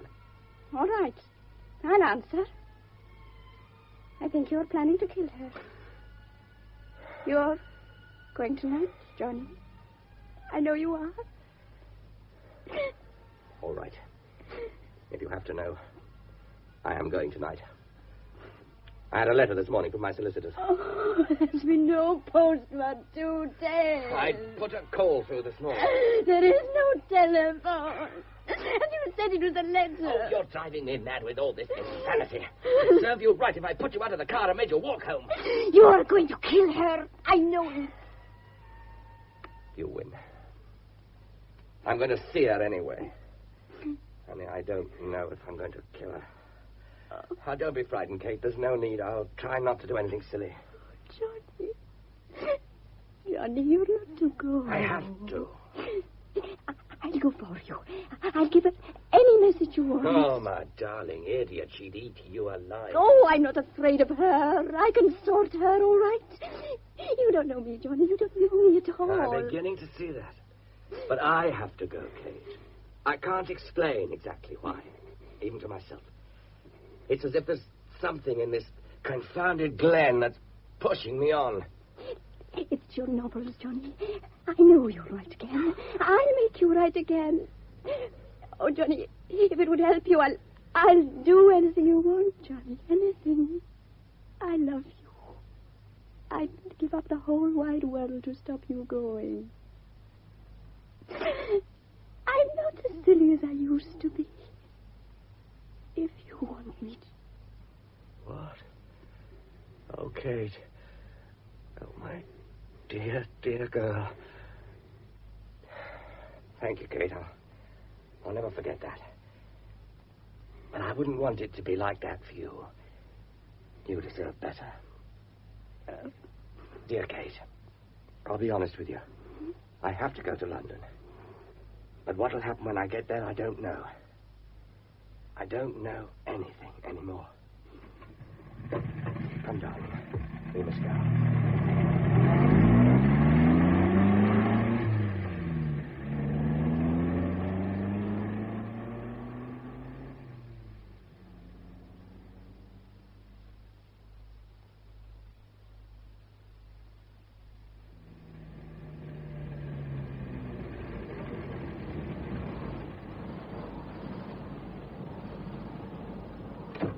It's long after midnight. We'll have the elders of the Kirk talking. What a good thing Hughie's here to chaperone you. He's away to the village. Goodbye, Kate. I'll leave Mr. Curtis's car out for the night. Snow's melting fast. It won't come to any harm. Johnny! Johnny, there must be an end to hate. Even here in Glencoe. I could do far more for you than she could. She can only destroy. Why won't you trust me? Oh, not that. I do trust you. And it's not that. Goodbye, Kate. I'll be waiting for you when you come back.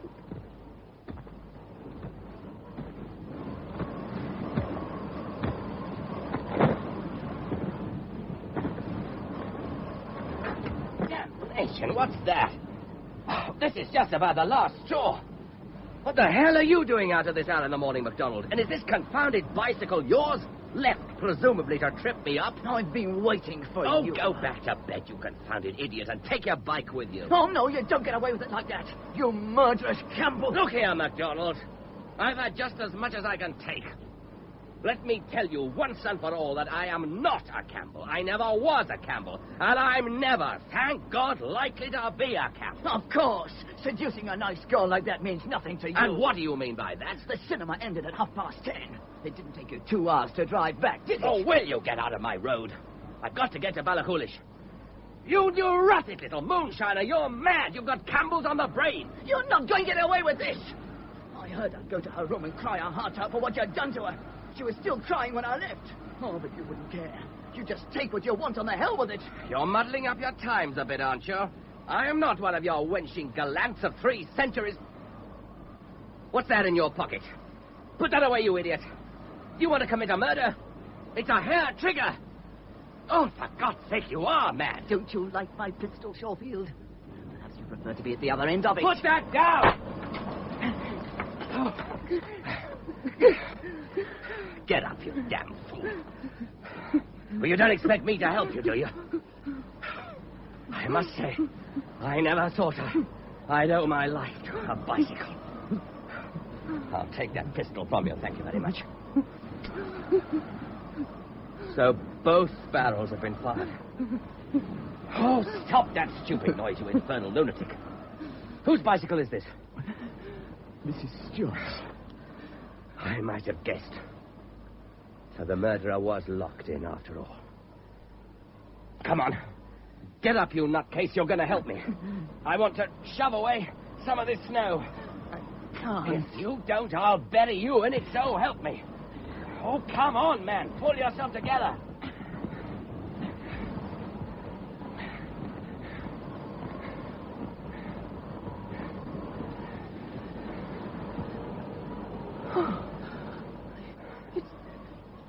Mrs. Stewart. I told you not to leave lethal weapons about. Come along, we better get back. We've made enough asses of ourselves to create a new massacre.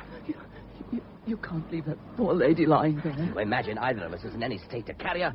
Besides, the police will have to be notified. She's dead. I can't feel any more for the dead. It's time I concentrated on the living.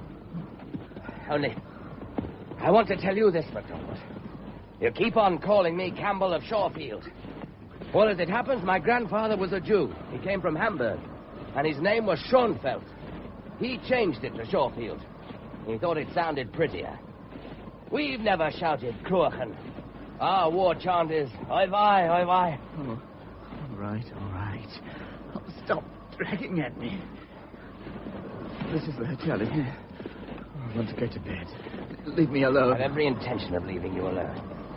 Just one more thing. You are not to say a word of this to Kate. She'll know in the morning. It's soon enough. There's something I've got to do. But when I've finished, I'm going in to say goodnight to Kate. Any objection? Oh, have it your own way.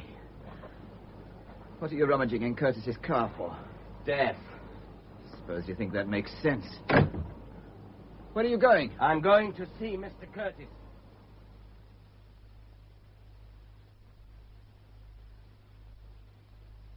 What you want?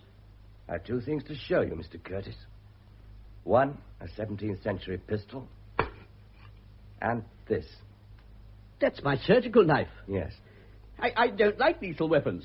Why do you bring these horrid things into my room? Take them away at once. One is lethal no longer. Both barrels have been fired. Why did you have to kill Mrs. Stewart? I suppose you couldn't find her body in the snow. I wondered what you were looking for all the time. She was well buried. You wouldn't have found her till the thaw. But it's all up, you know. And what do you mean by that? Oh, for pity's sake, man, of course it's all up. The police will be here tomorrow. They have your description. Even if this hadn't happened, it would only have been a question of time. They got your scar wrong, sir, didn't they? I see it's on the pad of your thumb, not on your wrist at all. I suppose the knife slipped. I don't care for these personal remarks. You talk as if nothing had happened. Even if I were prepared to connive at your escape, how on earth do you think you could get away? I fear you underestimate my intelligence. You haven't answered me. Why did you kill her? Why? Didn't you see it took away your last chance of escape? And of course I killed her.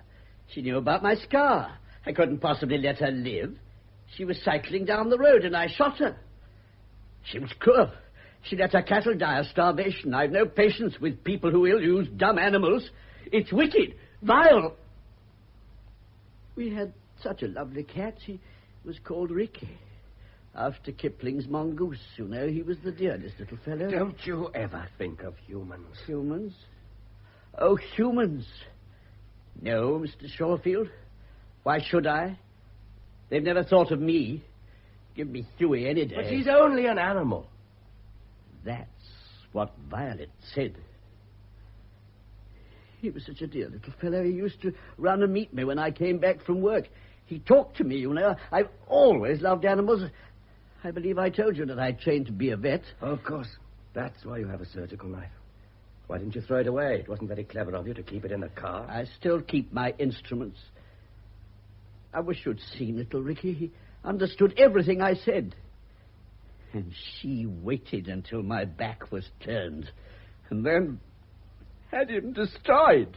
My lovely cat. Oh, she must have had her reasons. Reasons? What possible reasons could there be for such a dreadful thing? She said he was dirty. After all, he was an old gentleman, 15 years old. It wasn't his fault if he occasionally made a mistake. But she couldn't bear anything dirty in her home.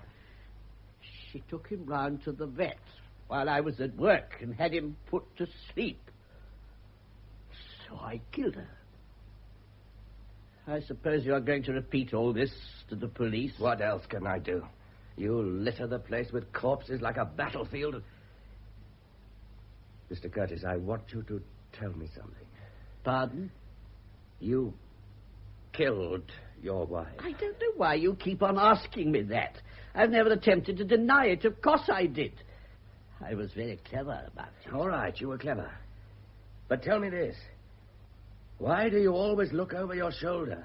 What on earth do you mean? Why are you always turning, as if there's someone behind you? She's still there, isn't she, Lionel?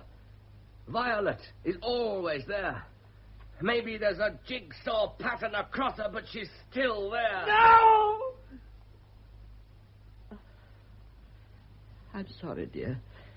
I won't keep you waiting long. I just have to speak to this gentleman. Oh, don't be angry, dear. I'm just coming. Mr. Curtis, you're not well.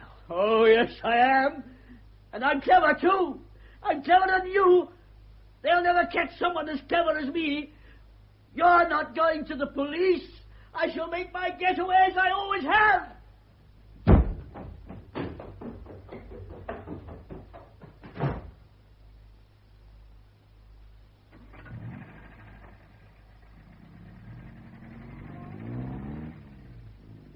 I suppose you're going to see Kate now. Yes. The only person I could bear to talk to. I don't really mind. I'm leaving here. I'm going back to teaching.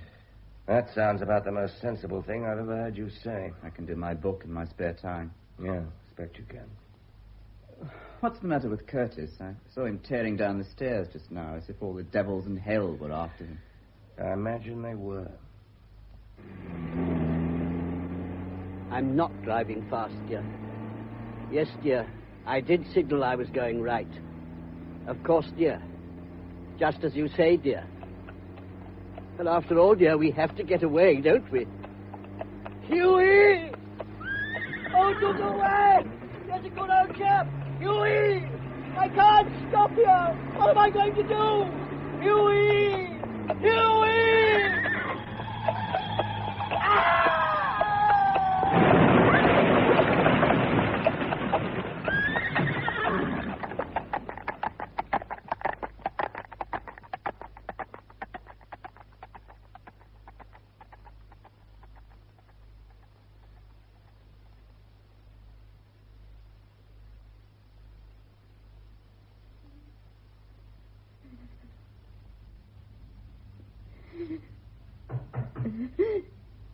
Who's that?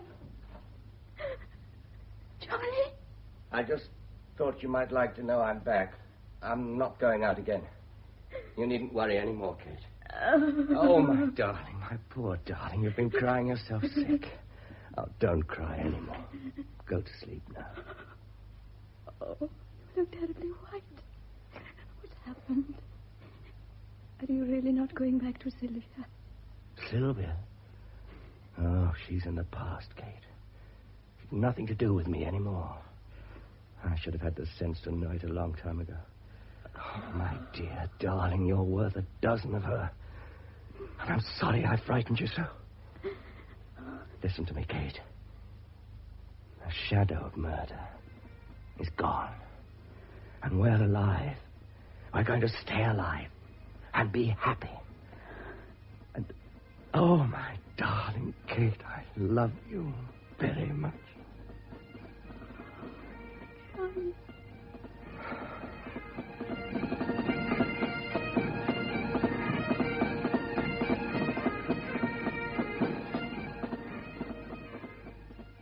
That was David March as John Shorefield, Rona Anderson as Mrs. Stewart, and Gudrun Ure as Kate Stewart in Shadow of Murder by Charity Blackstock, with Eric Anderson as Curtis, Fraser Carr as MacDonald, Molly Rankin as Mrs. Forbes, Arthur Lawrence as the taxi driver.